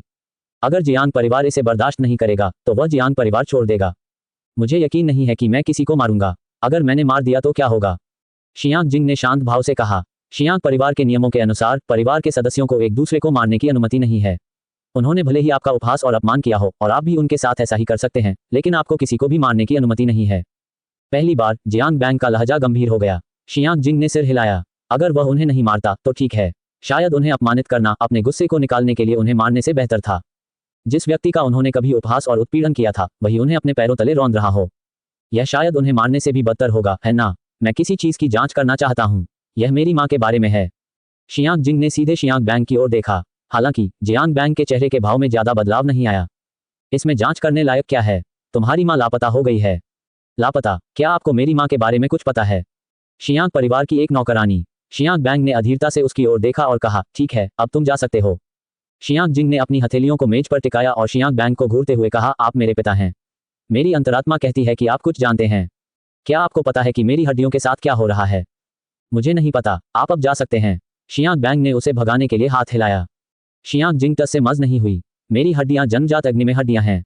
यह एक विशेष शारीरिक बनावट है। क्या आप सचमुच नहीं जानते थे या आप सिर्फ न जानने का नाटक कर रहे थे? शियांग बैंग के चेहरे के भाव बदल गए। ये पहली बार था जब उसने शियांग जिंग को ध्यान से देखा। उसने थोड़ा भौहें चढ़ाकर पूछा, जन्मजात अग्नि में हड्डियां? मैंने कभी ऐसी विशेष शारीरिक बनावट के बारे में नहीं सुना। ये तो। कुछ देर तक शियांग जिंग को घूरने के बाद उसने आगे कहा, यह अग्नि तत्व से युक्त शरीर होना चाहिए, न कि जन्मजात अग्नि तत्व वाली हड्डियां। चाहे वह अग्नि तत्व से युक्त शारीरिक बनावट हो या जन्मजात अग्नि में हड्डियां, इसका मतलब यह था कि जियांग बैंग जानता था कि वह एक राक्षस नहीं था। शियांग जिंग मुस्कुराया और आत्म तिरस्कार भरी मुस्कान के साथ बोला, चाहे जो भी हो, आप मेरे पिता हैं। आप चुपचाप बैठकर मुझे राक्षस कहकर उपहास उड़ाते क्यों देखते रहे? शियांग बैंग कुछ देर चुप रहने के बाद बोला, अग्नि तत्व से युक्त शरीर बहुत खास होता है। इसकी प्रतिभा को निखारने के लिए एक विशेष गुप्त तकनीक की आवश्यकता होती है। और आपका अग्नि तत्व से युक्त शरीर तो और भी खास है। शियांग जिंग की आंखों में चमक आ गई। उसकी मां के बारे में सबसे अहम सुराग यही अग्नि तत्व से युक्त शारीरिक बनावट थी। दक्षिणी क्षेत्र में या संपूर्ण नौ क्षेत्रों में किस परिवार में अग्नि तत्व से युक्त शारीरिक संरचना का वंश था? शायद इससे उसे अपनी मां के बारे में कुछ जानकारी मिल जाए। स्वाभाविक रूप से जियांग जिंग को नहीं लगता था कि उसके पास अग्नि तत्व का शरीर है। अगर उसके गुरु ने कहा था कि वह अग्नि तत्व के साथ पैदा हुआ है तो वह गलत नहीं होगा। क्या शियांग परिवार के पास अग्नि तत्व वाले शरीर को सक्रिय करने की कोई गुप्त तकनीक नहीं है ना? किस परिवार में अग्नि तत्व से युक्त शारीरिक बनावट का वंश है? मेरी मां किस परिवार से आती हैं? जियांग जिंग ने पूछा। शियांग बैंग ने भौहें चढ़ाकर कहा, बस शियांग परिवार के इलाके में रहो। तुम्हारी मां का मामला ऐसा नहीं है जिसमें तुम दखल दे सको। जैसा कि उम्मीद थी, आपको पता है। भले ही आप मुझे न बताएं, मैं पता लगा सकता हूं और लगाऊंगा। शियांग जिंग मुड़कर अध्ययन कक्ष से बाहर निकल गई। शियांग जिंग को जाते देख शियांग बैंग ने भौहें चढ़ाईं। काफी देर बाद उसने कहा, हु यंग, उसे इस मामले की जांच करने मत देना। अध्ययन कक्ष में आग की एक तेज लपट उठी और एक दबी हुई आवाज ने जवाब दिया, जी गुरुजी। शियांग जिंग घुटन महसूस करते हुए अध्ययन कक्ष से बाहर निकला। उसके पिता को सब कुछ पता था, फिर भी उन्होंने उसे हंसी का पात्र बनने और तंग किए जाने की अनुमति दी थी। इसके पीछे कोई गुप्त कारण हो या फिर उसके पास कोई और विकल्प न हो, वह इसे स्वीकार नहीं कर सकता था। अब समय आ गया था कि वह किसी ऐसे व्यक्ति को ढूंढे जिस पर वह अपना गुस्सा निकाल सके। वह जियांग परिवार के आंगनों में से एक की ओर चल पड़ा। जैसे ही वह आंगन के प्रवेश द्वार पर पहुंचा, उसने एक उपहासपूर्ण आवाज सुनी, अरे, क्या ये वही जियांग परिवार का शर्मनाक छोटा राक्षस नहीं है? वह वहां मरा नहीं, बल्कि वापस आ गया। बूम! जियांग जिंग का दिल दब गया था। वह अपनी सांस बर्बाद नहीं करना चाहता था। उसने तुरंत प्रहार किया और दूसरे पक्ष को जमीन पर गिरा दिया। हड्डियों के टूटने की आवाज सुनाई दे रही थी। तुम? दूसरे पक्ष ने मुंह भर खून थूका। उसका चेहरा अविश्वास से भरा हुआ था। शियांग जिंग आगे बढ़ा। उसके पैर दूसरे पक्ष के शरीर पर पड़े और हड्डियों के टूटने की आवाज फिर से सुनाई दी। तुम उस व्यक्ति से भी कमतर हो जिसे तुमने कूड़ा कहा। तुम्हें घमंडी होने का क्या हक है? इस समय दुश्मन पर पैर रखने के बाद जियांग जिंग को बहुत आराम महसूस हो रहा था। वह चलता रहा। ये जियांग परिवार के लिए शर्म की बात है। तुम राक्षस, फिर भी वापस आने की हिम्मत रखते हो। एक और उपहास भरी आवाज सुनाई दी। इसके बाद एक चीख सुनाई दी। सम्राट स्तर के साधक की आभा क्षण भर के लिए प्रकट हुई और फिर गायब हो गई। इस छोटे से आंगन में जियांग जिंग टहल रही थी। उसका हर कदम किसी न किसी के शरीर पर पड़ रहा था। हड्डियों के टूटने की आवाज किसी मधुर संगीत की तरह लग रही थी। सब बेकार के लोग हैं। आप लोग संसाधनों की बर्बादी हैं। कहिए, क्या आप लोग इतने सालों से गोबर खाकर ही व्यस्त रहे हैं? आपकी साधना का स्तर बिल्कुल भी नहीं सुधरा है। शियांग परिवार के सारे संसाधन तुम पर बर्बाद हो गए हैं। क्या अब भी तुम्हारी जिंदगी जीने लायक है? खुद को मार डालो। जमीन पर मौजूद जियांग परिवार के सदस्य बेहद दुखी थे। उनकी आंखों में भी क्रोध की आग जल रही थी। तुमने अपने ही परिवार पर हमला किया। तुम। शियांग जिंग ने सीधे दूसरे पक्ष के चेहरे पर पैर रख दिया, जिससे उसका पूरा चेहरा विकृत हो गया। शियांग जिंग ने ताना मारते हुए कहा, मेरे ही परिवार पर हमला। इससे कोई फर्क नहीं पड़ता जब तक मैं तुम सबको मार न डालूं। और अगर मैं ऐसा कर भी दूं तो क्या फर्क पड़ेगा। शियांग जिंग ने जमीन पर लेटे अपने साथियों की ओर देखा। उसने घातक इरादे से कहा, मुझे उकसाओ मत, वरना मैं तुम सबको मार डालूंगा। पूरा आंगन सन्नाटे में डूब गया। जमीन पर लेटे हुए लोग अब बोलने की हिम्मत नहीं कर पा रहे थे। शियांग जिंग गंभीर लग रहा था। वे जियांग जिंग को गुस्सा नहीं दिलाना चाहते थे। अगर वह सचमुच आवेग में आकर उन्हें मार डाले तो क्या होगा। अगर बाद में परिवार के नियमों के अनुसार जियांग जिंग को सजा भी दी जाती तो भी वे मर ही जाते। इसका क्या फायदा। उनकी जिंदगी ज्यादा महत्वपूर्ण थी। शियांग जिंग ने उनकी ओर देखा। उसने निराशा में सिर हिलाते हुए कहा, तुमने मेरा अपमान करना क्यों बंद कर दिया। तुम लोग सिर क्यों झुकाए बैठे हो। शियांग जिंग मुस्कुराया। उसे अचानक एहसास हुआ कि वह अब उनके बराबर नहीं है। उन्हें मारने का कोई फायदा नहीं था। इसे उसके अतीत के अनुभवों का बदला लेने के रूप में देखा जा सकता है। उसने अपना सिर हिलाया, मुड़ा और चला गया। वह उस सुनसान जर्जर से छोटे से आंगन में लौट आया जहां वह कभी रहता था। आंगन में कुछ खरपतवार उग रहे थे। वहां काफी समय से कोई नहीं रहता था। हाथ के इशारे से ही आग भड़क उठी और घास पूरी तरह जलकर साफ हो गई। साधारण सफाई के बाद जियांग शिंग आंगन में पत्थर की बेंच पर बैठ गया। प्रिय पाठकों, आप हमारी सामग्री चोरी करने वाली वेबसाइट पर पढ़ रहे हैं। कृपया हमें समर्थन देने के लिए इस लिंक URL को कॉपी करके खोजें। अग्नि तत्वीय काया। आप देख रहे हैं कल्टिवेशन मॉडल। अगर आपको हमारा कंटेंट पसंद आता है तो लाइक, शेयर और सब्सक्राइब जरूर करें। किस परिवार की वंश परंपरा में अग्नि तत्वीय काया थी। ये निश्चित रूप से एक छोटा परिवार नहीं होगा। शियांग जिंग ने मायरीड जोन्स ताबीज निकाला। वह इस मामले की जानकारी लेने के लिए हेयू से संपर्क करने ही वाला था। उनकी यह छोटी बहन अनुभवी और ज्ञानवान थी। आखिरकार ब्लैक मून टॉवर के पीछे उसी की साजिश थी। इसके अलावा उसका ज्ञान असाधारण था। वह उनसे कहीं अधिक जानती थी। इसलिए जियांग जिंग जल्द से जल्द हेयू से संपर्क करने की कोशिश कर रहा था। अचानक उसने अपना सिर उठाया और छोटे से आंगन के बाहर देखा। उन्होंने कहा, मुझे परेशान मत करो, मुझसे दूर रहो। छोटे से आंगन के बाहर अचानक एक आकृति प्रकट हुई। उसने कुछ देर तक आश्चर्य से जियांग जिंग को देखा और फिर वहीं से गायब हो गया। उस व्यक्ति के चले जाने के बाद जियांग जिंग ने एक गोली निकाली और उसे जमीन पर फेंक दिया। एक गोलाकार संरचना प्रकट हुई जिसने छोटे से आंगन को घेर लिया। उसने मायरीड जोन ताबीज का इस्तेमाल करके हेयू से संपर्क किया और उससे अग्नि तत्व से युक्त शरीर के बारे में पूछा। अग्नि तत्व काया। हेयू एक क्षण भर के लिए स्तब्ध रह गई और फिर बोली, दक्षिणी क्षेत्र के फैंग परिवार के पास अग्नि तत्व की शारीरिक शक्ति है। फैंग परिवार के प्रत्यक्ष वंशज, शुद्ध रक्त वाले या असाधारण प्रतिभा वाले सभी लोगों के पास अग्नि तत्व की शारीरिक शक्ति होती है। फैंग परिवार। जियांग जिंग का चेहरा गंभीर हो गया। एक मानव राजा का परिवार। अपनी वर्तमान शक्ति के साथ वह एक मानव राजा के परिवार से निपटने के लिए पर्याप्त मजबूत नहीं था, लेकिन वह अपने स्वामी से मदद भी नहीं मांगना चाहता था। जियांग जिंग ने हेयू के साथ अपनी बातचीत समाप्त की। अपने बचपन की यादों को खंगालते हुए उन्हें याद आया कि उनकी मां का नाम रूपिंग था। अगर वह सचमुच फैंग परिवार से थी तो उनका नाम फैंग रूपिंग था। वास्तव में क्या हुआ। उनके गुरु ने एक बार कहा था कि उनकी मां ने अग्नि दाव फल निगल लिया था, जिसके कारण वे जन्मजात अग्नि में हड्डियों के साथ पैदा हुए थे। क्या दाव फल की उत्पत्ति फैंग परिवार से हुई थी। इसके पीछे कौन सा रहस्य छिपा था। शियांग जिंग को एक व्यक्ति का ख्याल आया, फैंग शाओकिंग। शायद वह इस व्यक्ति से शुरुआत कर सकता है और धीरे धीरे रहस्य को उजागर कर सकता है। ये सोचकर जियांग जिंग चैन से नहीं बैठ सका। वह छोटे से आंगन से चला गया। दूसरी ओर जियांग बैंग ने आश्चर्य से कहा, क्या उसे पता चल गया कि तुम छुपकर उस पर नजर रख रहे थे। जी स्वामी। जियांग बैंग का भाव फिर बदल गया और उसने कहा, जल्दी करो, उसे जियांग परिवार के क्षेत्र से बाहर जाने से रोको। ये सुनकर वह व्यक्ति वहां से गायब हो गया। हालांकि जब वह आंगन की ओर भागा तो जियांग जिंग पहले ही जा चुका था। वह रुका नहीं और तुरंत जियांग जिंग के पीछे भागा। जैसे ही जियांग जिंग ने जियांग परिवार को छोड़ा, उसे महसूस हुआ कि कोई शक्ति उसका पीछा कर रही है। दूसरा पक्ष उसका पीछा कर रहा था। उसका दूसरे पक्ष से उलझने का कोई इरादा नहीं था। उसके शरीर के चारों ओर की ज्वालाएं झिलमिला उठीं और वह प्रकाश की एक किरण में परिवर्तित होकर क्षितिज में विलीन हो गया। वह इतनी तेजी से आगे बढ़ा कि स्वर्गलोक का विशेषज्ञ भी उसका पीछा नहीं कर सका। औरोरा तकनीक। वह आकृतिक क्षितिज में गायब हो चुके जियांग जिंग को देखकर चौंक गई। उसकी उम्र कितनी थी। वह इतना शक्तिशाली कैसे हो सकता था। जब जियांग जिंग अपने समकक्षों का दमन कर रहा था तब उसने सम्राट वर्ग के एक परिवार के सदस्य का भी दमन किया था। अब तो उनके जैसा स्वर्गलोक का विशेषज्ञ भी उसे पकड़ने में नाकाम रहा। वह बहुत ही क्रूर था। खबर मिलने के बाद शियांग बैंग काफी देर तक चुप रहा। उसने केवल हाथ हिलाकर उस आकृति को जाने का इशारा किया। कुर्सी पर बैठे बैठे जियांग बैंग काफी देर तक चुप रहे, फिर उठे। उन्होंने अध्ययन कक्ष में एक गुप्त दरवाजा खोला और एक गलियारे में प्रवेश किया। वह एक घेरे में घूमता रहा और अंत में एक पत्थर के कमरे के सामने आकर रुक गया। उसने अपनी उंगली की नोक से खून की एक बूंद निचोड़ी और पत्थर के कमरे के दरवाजे पर एक चिन्ह बनाया। पत्थर के दरवाजे पर बना प्रतिबंध गायब हो गया और दरवाजा खुल गया। पत्थर के कमरे के अंदर एक छोटा सा तालाब था। आध्यात्मिक ऊर्जा की हल्की हल्की किरणें बाहर निकलकर पूरे पत्थर के कमरे को आध्यात्मिक धुंध की एक परत से ढक रही थी। धुंधली आध्यात्मिक धुंध के भीतर एक आकृति लाल पत्थर के चबूतरे पर पालथी मारकर बैठी हुई थी, जो मानो आभा से परिपूर्ण प्रतीत हो रही थी। उस आकृति की आंखें कसकर बंद थीं, मानो वह जियांग बैंग के आगमन से अनभिज्ञ हो। शियांग बैंग पत्थर के कमरे में दाखिल हुआ और उस आकृति के सामने खड़ा हो गया जो मानो संघर्ष कर रही थी। पत्थर के कमरे से आध्यात्मिक धुंध उमड़ पड़ी और वह धुंध छंटने लगी। गहरे लाल पत्थर के चबूतरे पर खड़ी आकृति का आकार और रूप रंग बिल्कुल जियांग बैंग जैसा था। क्या मुझे इसके साथ विलय कर लेना चाहिए? शियांग बैंग ने धीमी आवाज में कुछ बुदबुदाया और उसके चेहरे पर लाचारी का भाव दिखाई दिया। बस थोड़ा और, हालांकि मेरे पास एक दिव्य वास्तविक शरीर है, लेकिन थोड़ी देर और इंतजार करते हैं। शियांग बैंग ने आह भरी और पत्थर के कमरे से बाहर निकल गया। दक्षिणी क्षेत्र, पूर्वी क्षेत्र, असंख्य अजूबों का घर। मायरीड वंडर्स हाउस एक विशेष गुट था। यह अपनी अनोखी विशेषताओं के लिए प्रसिद्ध था। इसके द्वारा बेचे जाने वाले सभी खजाने काफी अनोखे थे। इसकी खेती की तकनीकें भी काफी अनूठी थीं। यहाँ के लोग भी काफी अनोखे थे। मायरीड वंडर्स हाउस के सदस्य अधिकतर महिलाएं थीं और वे सभी असाधारण रूप से सुंदर थीं। इनमें सबसे प्रसिद्ध 13 फूल थे जिन्हें असंख्य चमत्कार कहा जाता है। वे अतुलनीय रूप से सुंदर थे और उनमें अनेक प्रतिभाएं थीं। उनकी वास्तविक शक्ति का स्तर किसी को ज्ञात नहीं था। मायरीड वंडर्स हाउस भी काफी जानकार था। शियांग जिंग मायरीड वंडर्स हाउस के परिसर में एक छोटे से आंगन के सामने खड़ा था जिसमें हल्की औषधीय सुगंध फैली हुई थी। उसका चेहरा कुछ अजीब सा लग रहा था। आंगन की मालकिन असंख्य चमत्कारों के 13 फूलों में से एक हुआ जिंग थी।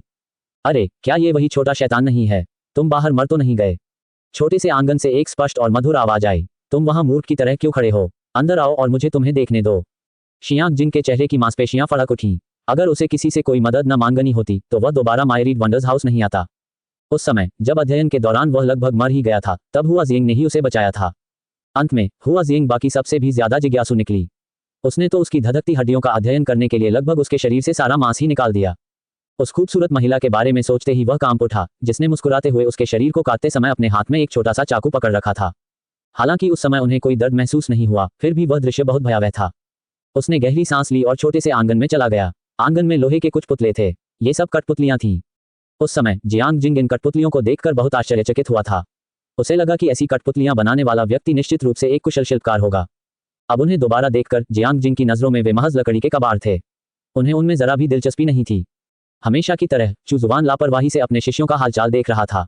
जब उसकी बारी जियांग शिंग की आई तो उसने देखा कि उसका शर्म से लाल चेहरा किया हुआ शिष्य एक खूबसूरत महिला द्वारा जमीन पर दबा दिया गया है। उन्हें इस बात की उम्मीद नहीं थी कि जियांग जिंग का दक्षिणी क्षेत्र में कोई पुराना प्रेमी होगा। हालांकि उसकी पुरानी प्रेमिका सचमुच बूढ़ी थी। उसने सोचा कि शियाओ लियांग का प्रेमी पहले से ही काफी उम्र का था। उन्हें इस बात की उम्मीद नहीं थी कि जियांग जिंग का प्रेमी लियू पियाओ पियाओ से भी अधिक उम्र का होगा। हालांकि जियांग जिंग का प्रेमी थोड़ा खास था। क्या इसका संबंध उसकी साधना तकनीक से था? मायरीड वंडर हाउस के क्षेत्र पर एक नजर डालते हुए और अन्य 12 फूलों को देखकर चुजुआन आश्चर्य से विस्मित हुए बिना नहीं रह सकी। ये क्लोन तकनीक वाकई उत्कृष्ट थी। आत्मा के 12 अंशों को विभाजित करके 12 क्लोन बनाए गए। प्रत्येक क्लोन का अपना व्यक्तित्व और चेतना थी। जब वे अलग हुए तो वे सभी स्वर्गलोक में थे। एक बार क्लोन आपस में मिल जाने के बाद कौन जाने मालिक की खेती किस दिशा में होगी। शियांग जिंग को आशीर्वाद प्राप्त था। चुजुआन ने आगे देखना बंद कर दिया। शियांग जिंग ने हुआ कियानजी का हाथ छुड़ा लिया। हाथ थामे रहने के कारण उसका चेहरा लाल हो गया था। उसे शांत होने में काफी समय लगा। अपनी वर्तमान क्षमता के आधार पर वह स्वाभाविक रूप से कह सकता था कि हुआ कियानजी असाधारण थी। बेशक वह तो बस यही सोचता था कि वह बहुत शक्तिशाली है और उसे स्वर्गलोक तक पहुंच जाना चाहिए था। इसके अलावा वह निश्चित रूप से एक छोटी बच्ची नहीं थी। बहन हुआ, मुझे आपसे कुछ पूछना है। हम्फ, हुआ जिंग ने धीरे से कहा, तुम्हारे पास कोई विवेक नहीं है। जब तुम्हें किसी चीज की जरूरत होती है तभी तुम मुझे ढूंढते हो। शियांग जिंग के होठों के कोने फड़क उठे। वह अब और बर्दाश्त नहीं कर सका। उसने मन ही मन आह भरी। दूरदर्शी तो उसका बड़ा भाई ही था। उसके दिल में किसी महिला का न होना ही स्वाभाविक रूप से सबसे अच्छा होगा। शर्मिंदा जियांग जिंग को देखकर हुआ जिंग ने अपनी आंखें सिकुड़ते हुए कहा, ठीक है नन्हे शैतान, साफ साफ बताओ तुम्हें क्या चाहिए। शियांग जिंग ने गंभीरता से कहा, मैं फैंग शाओकिंग के ठिकाने के बारे में जानना चाहता हूँ। कौन? हुआ जिंग भी गंभीर हो गई। मानव राजा का वंशज फैंग शाओकिंग। स्पष्टता के लिए शियांग जिंग ने अपनी बात दोहराई। हुआ जिंग ने बिना पलक झपकाए उसे घूरते हुए कहा, तुम्हें उससे कोई दुश्मनी है? और तो और तुम्हारी काबिलियत के साथ क्या तुम उससे पंगा लेने की हिम्मत भी कर सकते हो? मेरे पास उसे ढूंढने का एक कारण है। आप बस मुझे उसके ठिकाने के बारे में बता दीजिए। जरूर, लेकिन आप मुझे इसका एहसान कैसे चुकाएंगे? हुआ जिंग ने मुस्कुराते हुए कहा, तुम मुझे अपनी हड्डियां क्यों नहीं दे देते?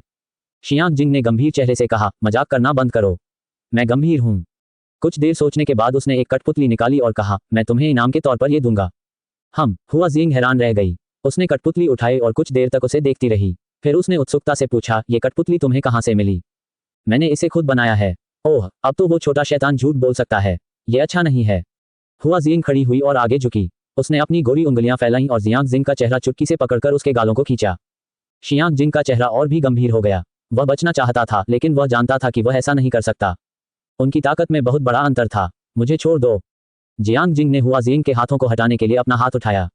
दोनों थोड़ी देर तक संघर्ष करते रहे जब तक कि जियांग जिंग के हाथ एक ऐसी जगह पर नहीं छू गए जहां छूना नहीं चाहिए था।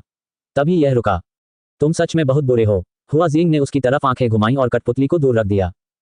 छोड़ो इसे, मैं फिलहाल तुम्हारी बात मान लेता हूं। फिर उसने गंभीरता से कहा, मुझे ईमानदारी से बताओ, तुम फैंग शाओकिंग को क्यों ढूंढ रहे हो? मानव राजा का फैंग परिवार कोई साधारण शक्ति नहीं है। मैं उससे किसी के बारे में पूछना चाहता हूं। यह इतना आसान नहीं होगा। वह तुम्हें कोई जवाब नहीं देगा। फैंग शाओकिंग बहुत ही अभिमानी व्यक्ति है। उसकी बड़ी बड़ी महत्वाकांक्षाएं हैं। वह फैंग परिवार का तीसरा मानव राजा बनना चाहता है। हुआ जिंग ने सिर हिलाते हुए कहा। क्या फैंग परिवार में 2 मानव राजा हैं? शियांग जिंग ने आश्चर्य से पूछा। फैंग परिवार का पहला मानव राजा बहुत समय पहले अस्तित्व में आया था। जब फैंग परिवार का पतन हो रहा था तब एक दूसरे मानव राजा का उदय हुआ। अफवाह है कि वह व्यक्ति मानव जाति का अंतिम मानव राजा भी था। हुआ जिंग ने सिर हिलाते हुए कहा। फैंग शाओकिंग का मानना है कि वर्तमान में फैंग परिवार पतन के दौर से गुजर रहा है। वह फैंग परिवार को पुनर्जीवित करना चाहता है। घमंडी लोगों के लिए इनसे सीधे तौर पर निपटना आसान होता है। वे अपने वादे भी पूरे करेंगे। शियांग जिंग ने गहरी आवाज में कहा, मैं उसे चुनौती देना चाहता हूं। उसे हराने के बाद मैं उससे उस व्यक्ति के बारे में पूछूंगा या उससे उस महिला का पता लगाने में मदद मांगूंगा। क्या तुम्हारे दिमाग में कुछ गड़बड़ है? हुआ जिंग की खूबसूरत आंखें सदमे से चौड़ी हो गईं। क्या तुम फैंग शाओकिंग को चुनौती देना चाहते हो? क्या तुम्हारे पास वह क्षमता है? छोटे शैतान, अपनी बहन की सलाह मानो और अपनी जान जोखिम में मत डालो।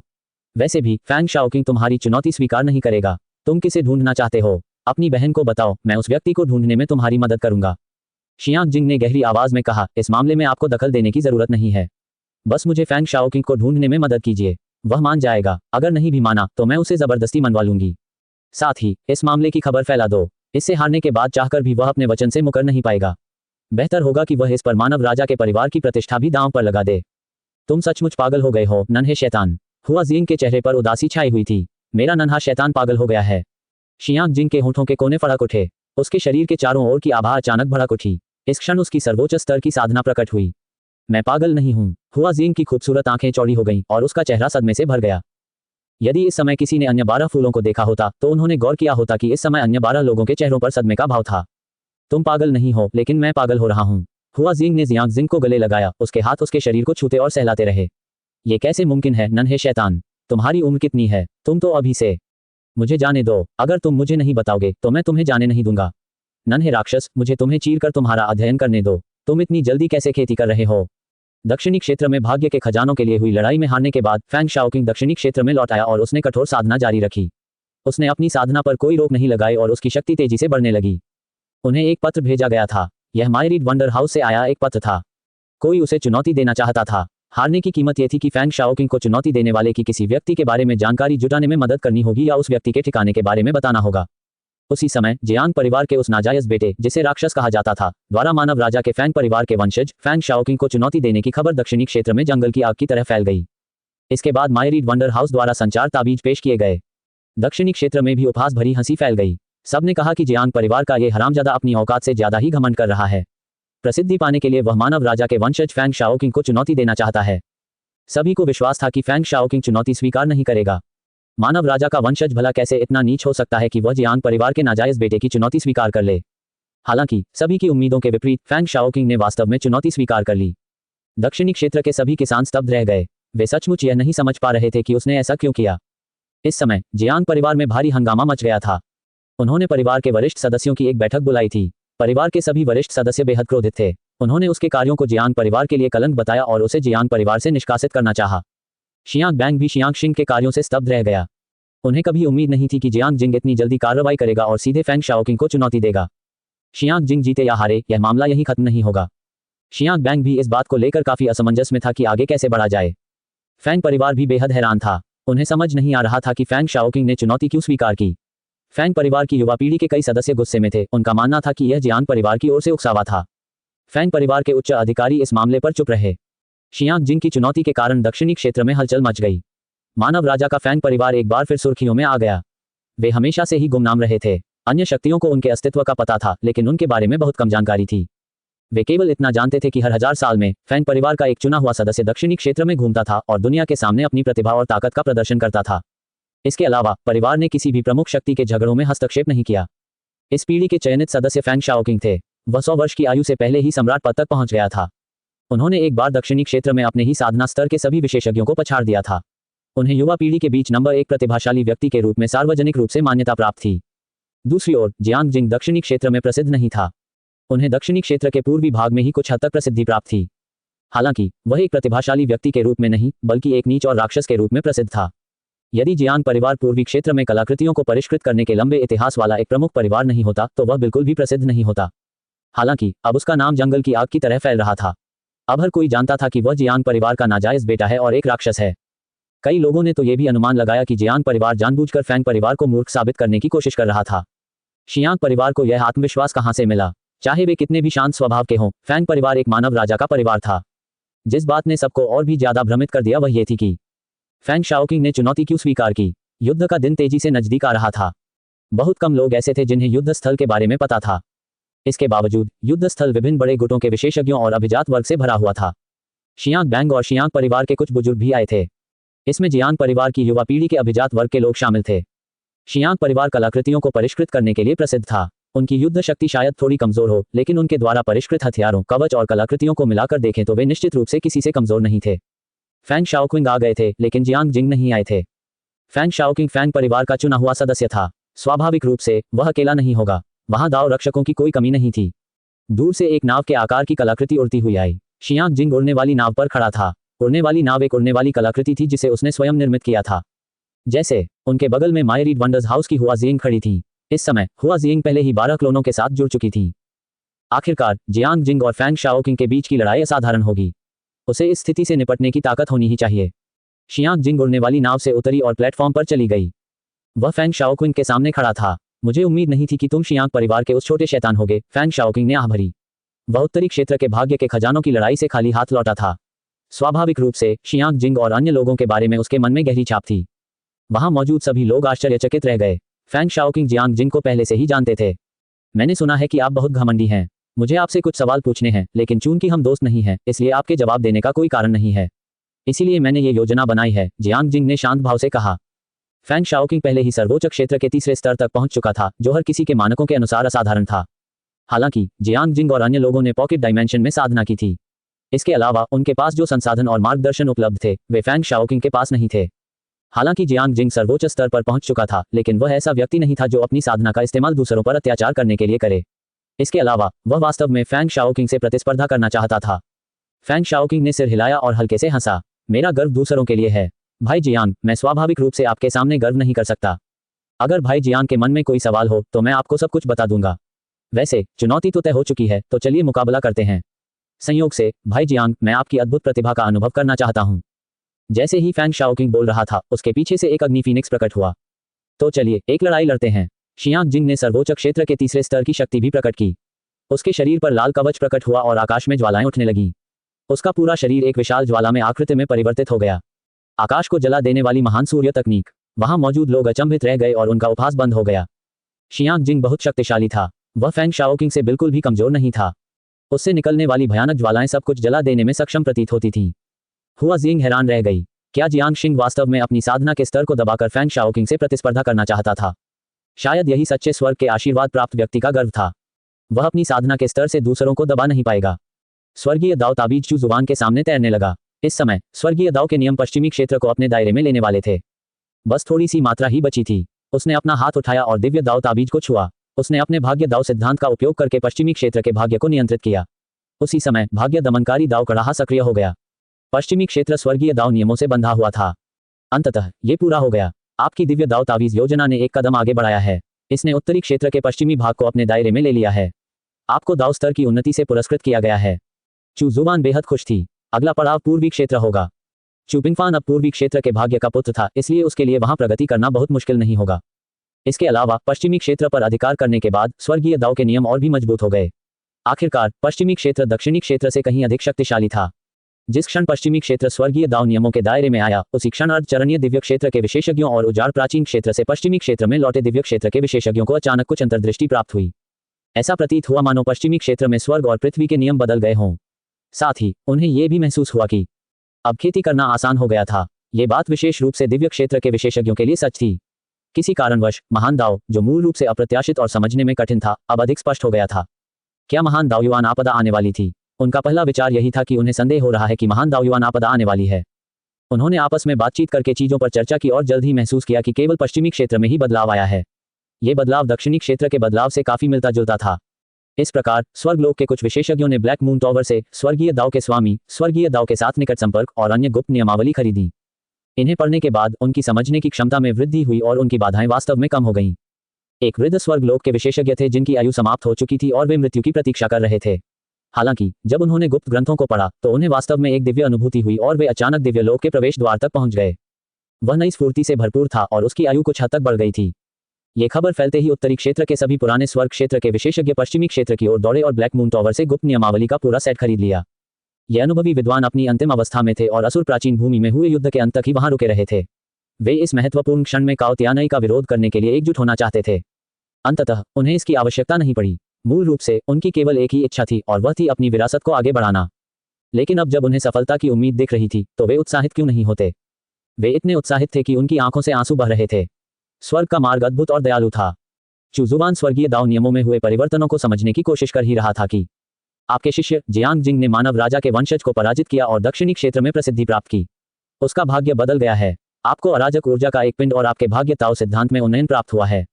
यह आश्चर्य बहुत अचानक आया। चुजुवान बेहद खुश था। उसका ये शिष्य वाकई काबिल था। जियांग जिंग कुछ ही समय पहले दक्षिणी क्षेत्र में लौटा था, फिर भी उसने चुजुवान को इतना बड़ा झटका दे दिया था।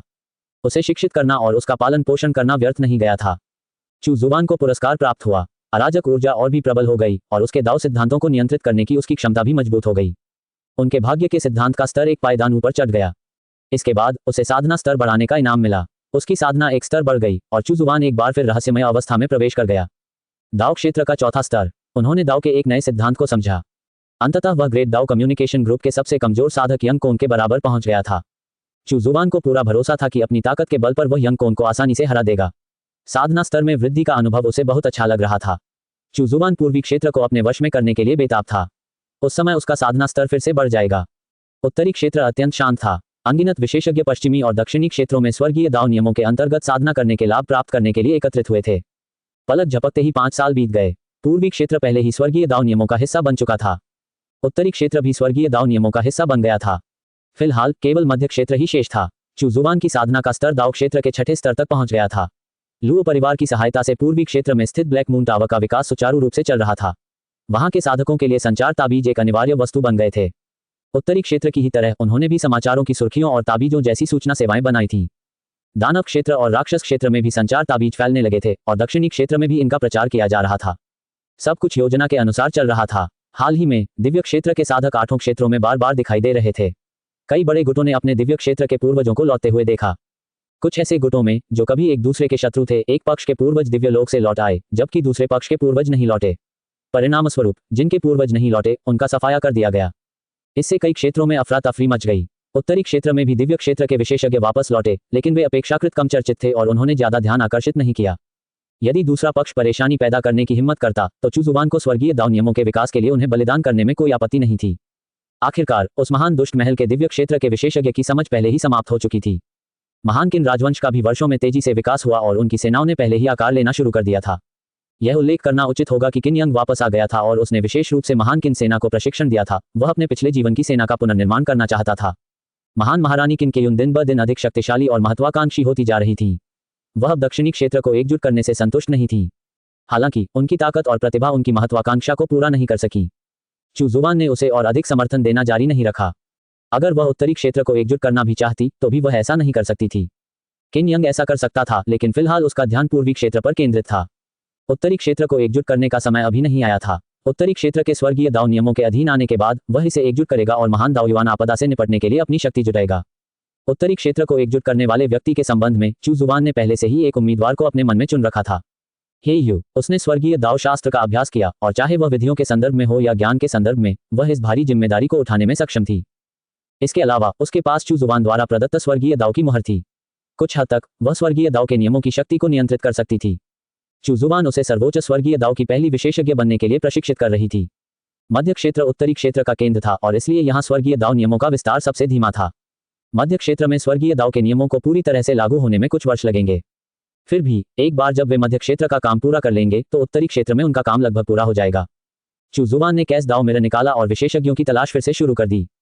पिछले 5 वर्षों में अन्य जातियों के कुछ दाव क्षेत्र के विशेषज्ञों को महान दाव संचार समूह में शामिल किया गया है। हालांकि दावयुआन क्षेत्र के कोई नए विशेषज्ञ नहीं थे होंग युवानचू और अन्य लोगों ने उस भीषण आपदा के बारे में पूछताछ जारी रखी, लेकिन कोई लाभ नहीं हुआ। उन्होंने दाओयुआन क्षेत्र के अन्य विशेषज्ञों से भी मुलाकात की, लेकिन कोई उपयोगी जानकारी नहीं मिल पाई। हालांकि उन्होंने दाओयुआन क्षेत्र के इन विशेषज्ञों को समूह में शामिल नहीं किया, क्योंकि वे उस समूह से अच्छी तरह परिचित नहीं थे। साथ ही महान दाओ संचार समूह में शामिल होना एक सौभाग्यपूर्ण अवसर था, और ऐसा अवसर वे किसी को भी आसानी से नहीं देते। चू जुबान इस बारे में कुछ नहीं कह सका। वह सीधे होंग युवानचू से उन्हें इसमें घसीटने के लिए नहीं कह सकता था। आखिरकार इससे उसका इरादा बहुत स्पष्ट हो जाता। चू जुबान ने उन्हें सस्पेंस में रखा। कैस दाओ मिरर पर एक दृश्य प्रकट हुआ। एक विशाल हिमखंड दिखाई दे रहा था। जैसे जैसे छवि जूम इन होती गई, बर्फ की गुफा में 10 से अधिक बर्फ सफेद कोकून नजर आने लगे। इन कोकूनों के पीछे जेड जैसी त्वचा वाली एक खूबसूरत महिला बर्फ के बिस्तर पर पालथी मारकर बैठी थी। उसका शरीर एक पतले बर्फ जैसे सफेद घूंघट से ढका हुआ था, और उसकी आकर्षक आकृति से एक धुंधलापन सा आभास होता था।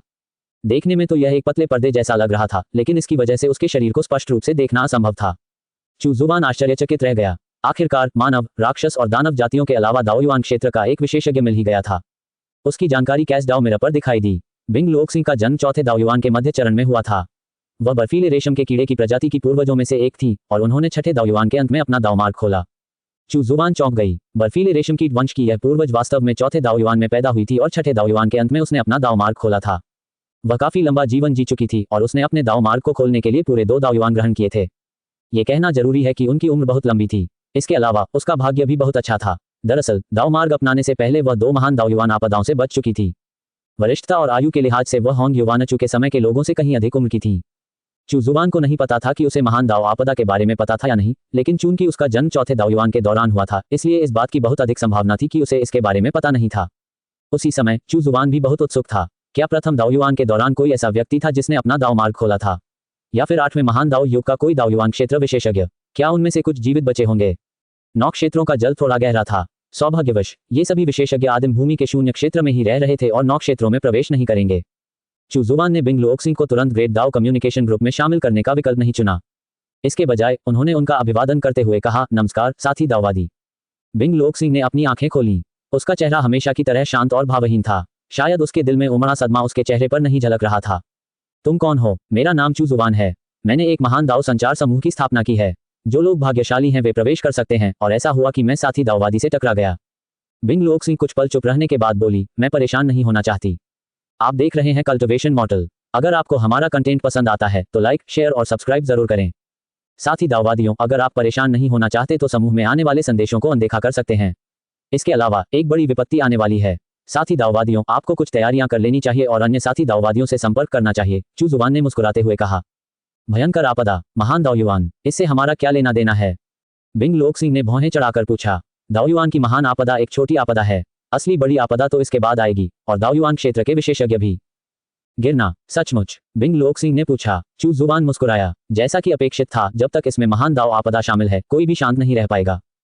स्वाभाविक रूप से। ठीक है, तो मैं समूह में शामिल होने को तैयार हूं, बिंग लोकसिंग ने कुछ देर चुप रहने के बाद कहा। चू जुबान ने उसका नाम पूछने का नाटक किया। फिर उन्होंने बिंग लोकसिंग को समूह में शामिल कर लिया। स्वागत है, साथी दाओवादी बिंग लोकसिंग।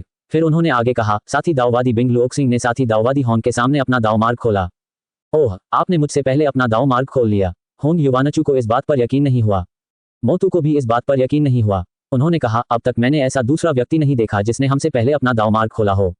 उन्होंने द्वितीय व्यक्ति क्यों कहा? इसका कारण यह था कि उनके मन में निश्चित रूप से चू जुबान ने उनके सामने अपना दाव मार्ग खोल दिया था।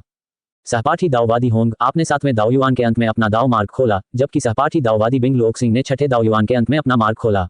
इसके अलावा सहपाठी दाओवादी बिंग लोकसिंग का जन्म चौथे दाओयुआन के मध्य चरणों में हुआ था। समूह में एक बार फिर सन्नाटा छा गया। बिंग लोकसिंग भी हैरान थी। दूसरे पक्ष को कैसे पता चला कि उसका जन्म चौथे दाओयुआन के मध्य में हुआ था? बिंग लोकसिंग ने कुछ गणना की। अगर वे अभी 9वें दाओयुआन में हैं, तो उसका जन्म वाकई चौथे दाओयुआन में हुआ होगा। भाई चू किस दाओयुआन से हैं? होंग युवानचू ने सावधानी से पूछा। क्या भाई चू ने प्रथम दाओयुआन के दौरान अपना दाव मार्ग खोला था? फुफकार, एक बूढ़ा वरिष्ठ, चू जुबान ने रहस्यमय ढंग से कहा, मैं दाओयुआन के संदर्भ में नहीं सोचता। इतना कहने के बाद वह चुप हो गया और रहस्यमय बना रहा। बिंग लोकसिंग कम बोलने वाली इंसान थी। समूह में प्रवेश करने के बाद उन्होंने केवल हुआंग लॉन्ग के अभिवादन का जवाब दिया और फिर चुप हो गईं। दाओयुआन क्षेत्र के एक और विशेषज्ञ को समूह में शामिल कर लिया गया था।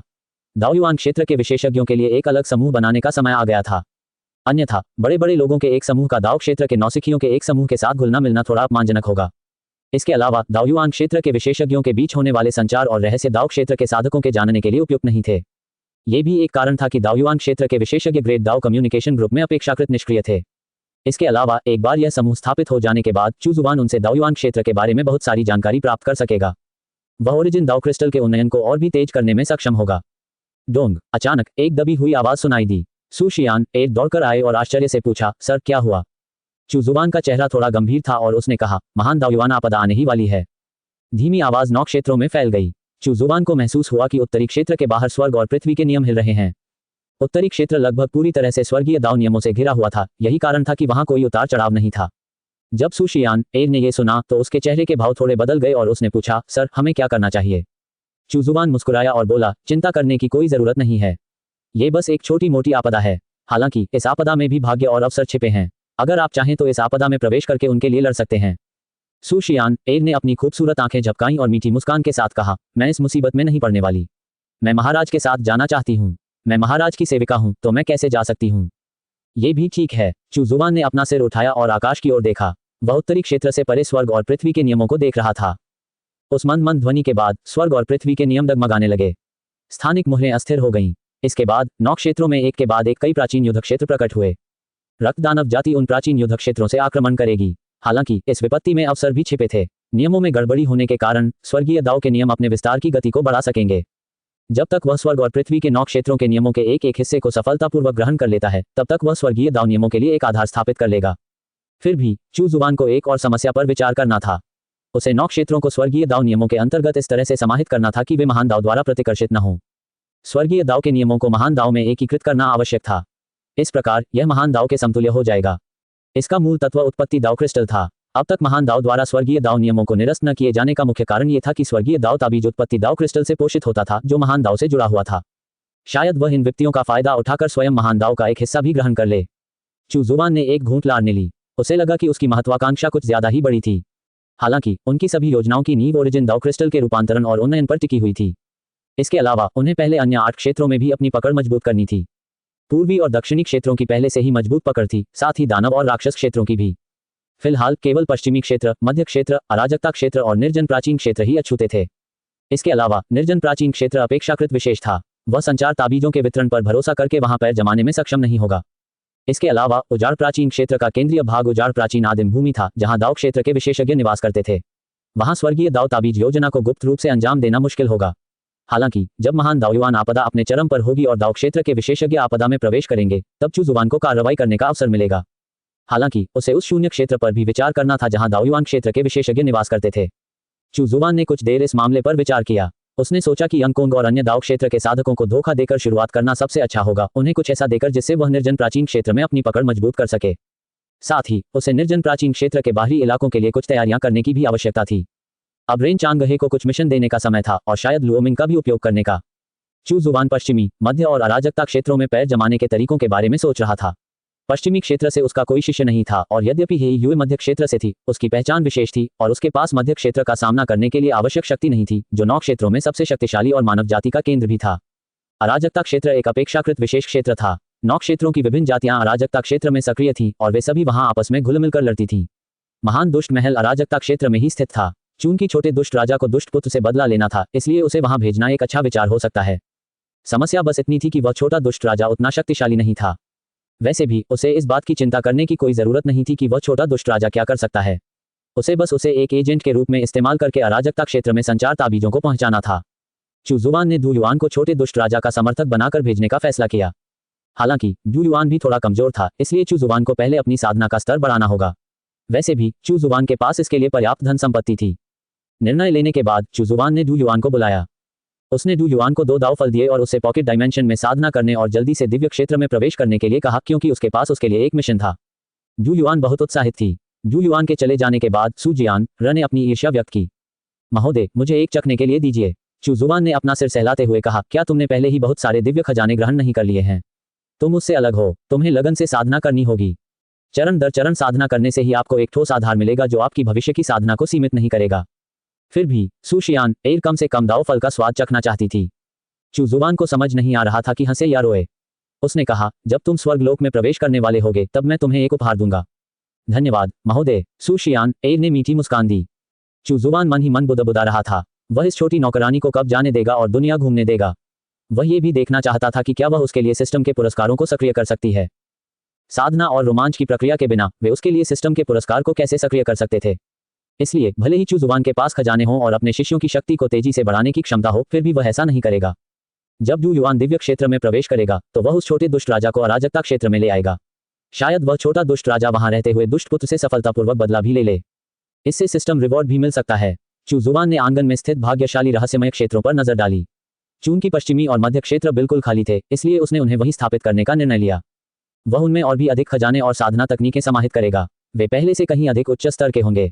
चू जुबान ने असंख्य स्वर्गीय दर्पण निकाला। उसने लंबे समय से इसके यादृच्छिक कनेक्शन फंक्शन का उपयोग नहीं किया था। फिलहाल उसके पास स्वर्गीय दाव तावीज योजना को पूरा करने के लिए पर्याप्त जनशक्ति नहीं थी, खासकर मध्य और पश्चिमी क्षेत्रों में। अब अपनी किस्मत आजमाने का समय था। एक तरह से जैसे ही चू जुबान ने असंख्य स्वर्गीय दर्पण को सक्रिय किया, भाग्य के सिद्धांत उसके चारों ओर घूमने लगे। उसने भाग्य के बच्चे को खोजने के विचार पर ध्यान केंद्रित किया। भाग्य अत्यंत रहस्यमय था। अब जब उसके पास भाग्य के सिद्धांत का ज्ञान था तो चू जुबान को स्वाभाविक रूप से इसका उपयोग करके अपने लिए एक शिष्य ढूंढना था। असंख्य दिव्य दर्पण पर दृश्य प्रकट हुआ। मध्य क्षेत्र, कियांग क्षेत्र। उत्तरी, दक्षिणी, पूर्वी और पश्चिमी क्षेत्रों की तुलना में मध्य क्षेत्र सबसे बड़ा था और इसे 10 क्षेत्रों में विभाजित किया गया था। कियांग क्षेत्र मध्य क्षेत्र के 10 क्षेत्रों में से एक था। इसकी समग्र शक्ति मध्य क्षेत्र के बाद दूसरे स्थान पर थी।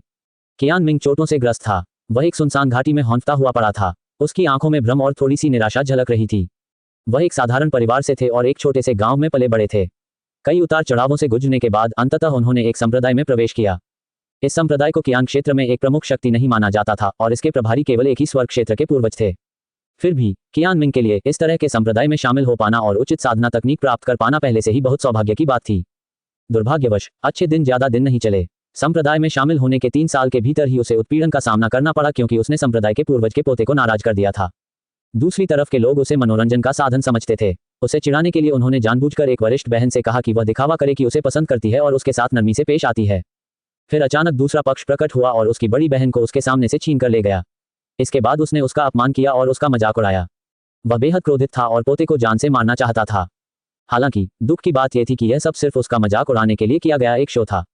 उसकी बड़ी बहन की दयालुता दिखावटी थी। कियान मिंग पूरी तरह से अचंभित रह गया। उस क्षण वह लगभग टूट गया। फिर भी उसकी दृढ़ता ने उसे सहन करने में मदद की और वह चुप हो गया और दूसरे पक्ष के उपहास को अनदेखा कर दिया। ऐसा लगा मानो उसने अपनी आत्मा खो दी हो। फिर जब पूर्वज के पोते को लगा कि अब इसमें कोई दिलचस्पी नहीं रह गई है और उसने उसे मारने की कोशिश की, तो कियान मिंग को हमला करने का सही मौका मिल गया। उसने पूर्वज के पोते को शीघ्रता और निर्णायक रूप से मार डाला। हालांकि इसके बाद स्वाभाविक रूप से उसका पीछा किया गया और उसे पकड़ने के लिए तलाशी अभियान चलाया गया। इस प्रक्रिया के दौरान कियान मिंग को सम्राट क्षेत्र के पहले स्तर तक पहुंचने से पहले कई उतार चढ़ावों का सामना करना पड़ा।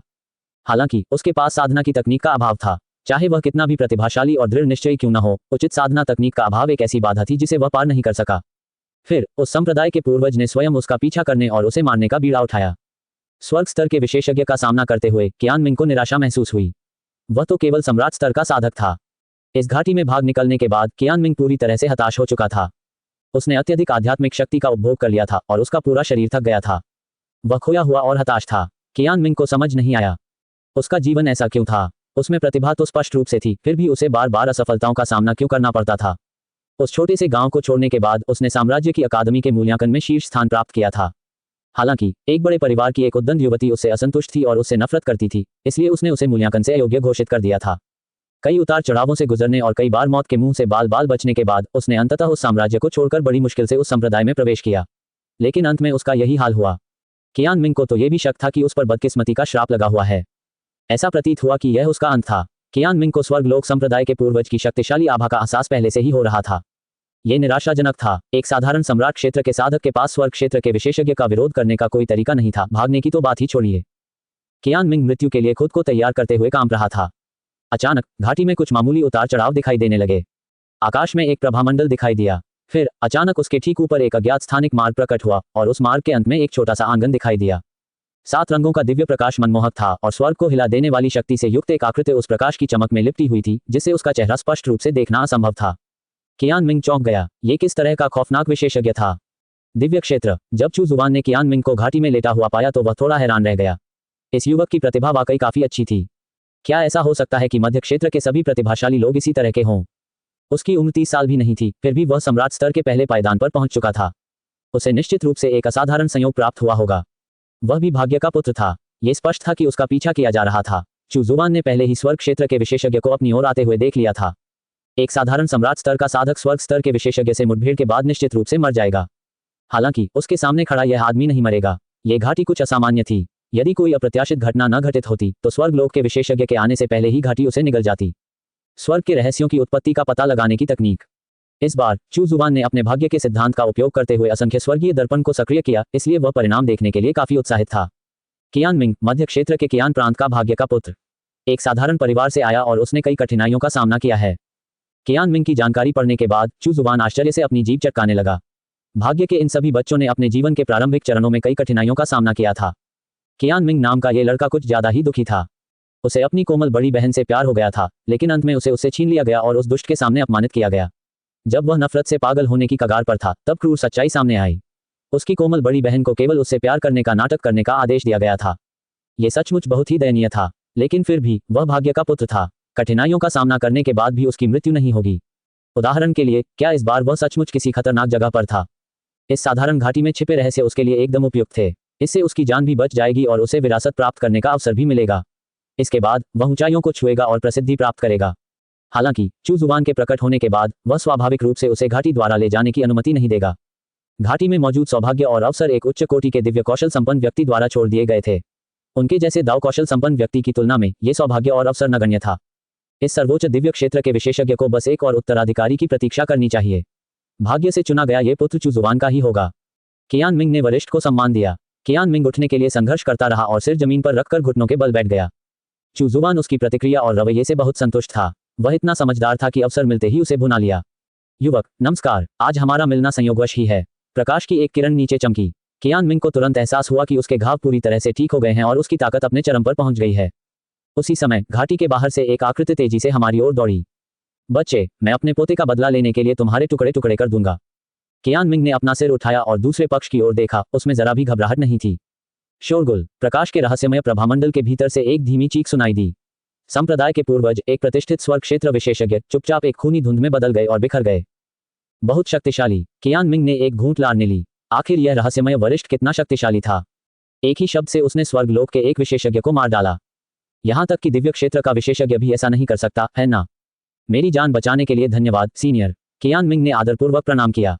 इतनी विनम्रता दिखाने की कोई जरूरत नहीं है। मैं संयोगवश 9 क्षेत्रों में घूम रहा था। यह आपके लिए मुझसे मिलने का एक अवसर भी है। हम आपकी प्रतिभा को देखते हुए, क्या आप मुझे अपना गुरु स्वीकार करने को तैयार हैं? चुजुवान ने मुस्कुराते हुए पूछा। मैं तैयार हूं। कियान मिंग बहुत खुश था। आखिरकार उसका मौका आ गया था। उसने एक बार फिर आदरपूर्वक प्रणाम किया और कहा, शिष्य कियान मिंग, गुरुजी को प्रणाम। अच्छा। चुजुवान बहुत संतुष्ट था। वह अंततः मध्य क्षेत्र में पैर जमाने की तैयारी कर सकता था। चूंकि तुमने मुझे अपना गुरु मान लिया है, इसलिए मैं तुम्हें साधना की एक तकनीक सिखाऊंगा। चुजुवान के पास साधना की अनेक तकनीकें थीं। अब जब भाग्य के इस पुत्र ने उसे अपना गुरु मान लिया था, तो उसे इस तकनीक को और भी उन्नत बनाना आवश्यक था ताकि उसका नया शिष्य उसके लिए प्रणालीगत पुरस्कार प्राप्त करना शुरू कर सके। कियान मिंग की प्रतिभा और योग्यता का परीक्षण करने के बाद चुजुवान को एक ऐसी तकनीक मिली जो उसके लिए सबसे उपयुक्त थी। स्वर्ग और पृथ्वी के असंख्य रूपांतरण की तकनीक। कियान मिंग इतना उत्साहित था कि उसकी आंखों में आंसू आ गए। आखिरकार उसे साधना की एक सही तकनीक मिल गई थी। एक ही तकनीक के लिए उन्होंने बहुत मेहनत की थी, लेकिन अंत में उन्हें कई असफलताओं का सामना करना पड़ा। इसके अलावा उन्हें जो तकनीकें मिली थीं, वे सभी बहुत ही साधारण थीं। चुजुवान ने कियान मिंग को तकनीक सिखाना शुरू किया। स्वाभाविक रूप से उन्होंने अपने नए शिष्य को गुप्त तकनीकों का मानक सेट भी सिखाया जो उनके अन्य शिष्यों के पास था। अपनी आभा को छुपाना, अपना रूप बदलना इत्यादि। साथ ही ऑरोरा तकनीक भी थी जो अपनी गति के लिए प्रसिद्ध थी। भविष्य में जब ये शिष्य 9 क्षेत्रों में एक दूसरे से मिलेंगे, तो वे उनकी अनूठी साधना तकनीकों और आभा को देखकर पहचान सकेंगे कि वे एक ही संप्रदाय से हैं। साधना तकनीकों के अलावा स्वाभाविक रूप से उन्हें अपने नए शिष्य को साधना संसाधन भी प्रदान करने थे। आखिरकार कियान मिंग कुछ ज्यादा ही दुखी था। इसके अलावा उसके नए शिष्य को स्वर्गीय दाव ताबीज योजना के कार्यान्वयन के लिए मध्य क्षेत्र में आधार तैयार करने का जिम्मा सौंपा गया था। इसलिए उसे जल्दी से मजबूत होना था। उसने संचार ताबीज और उन्हें परिष्कृत करने की विधि भी कियान मिंग को सौंप दी।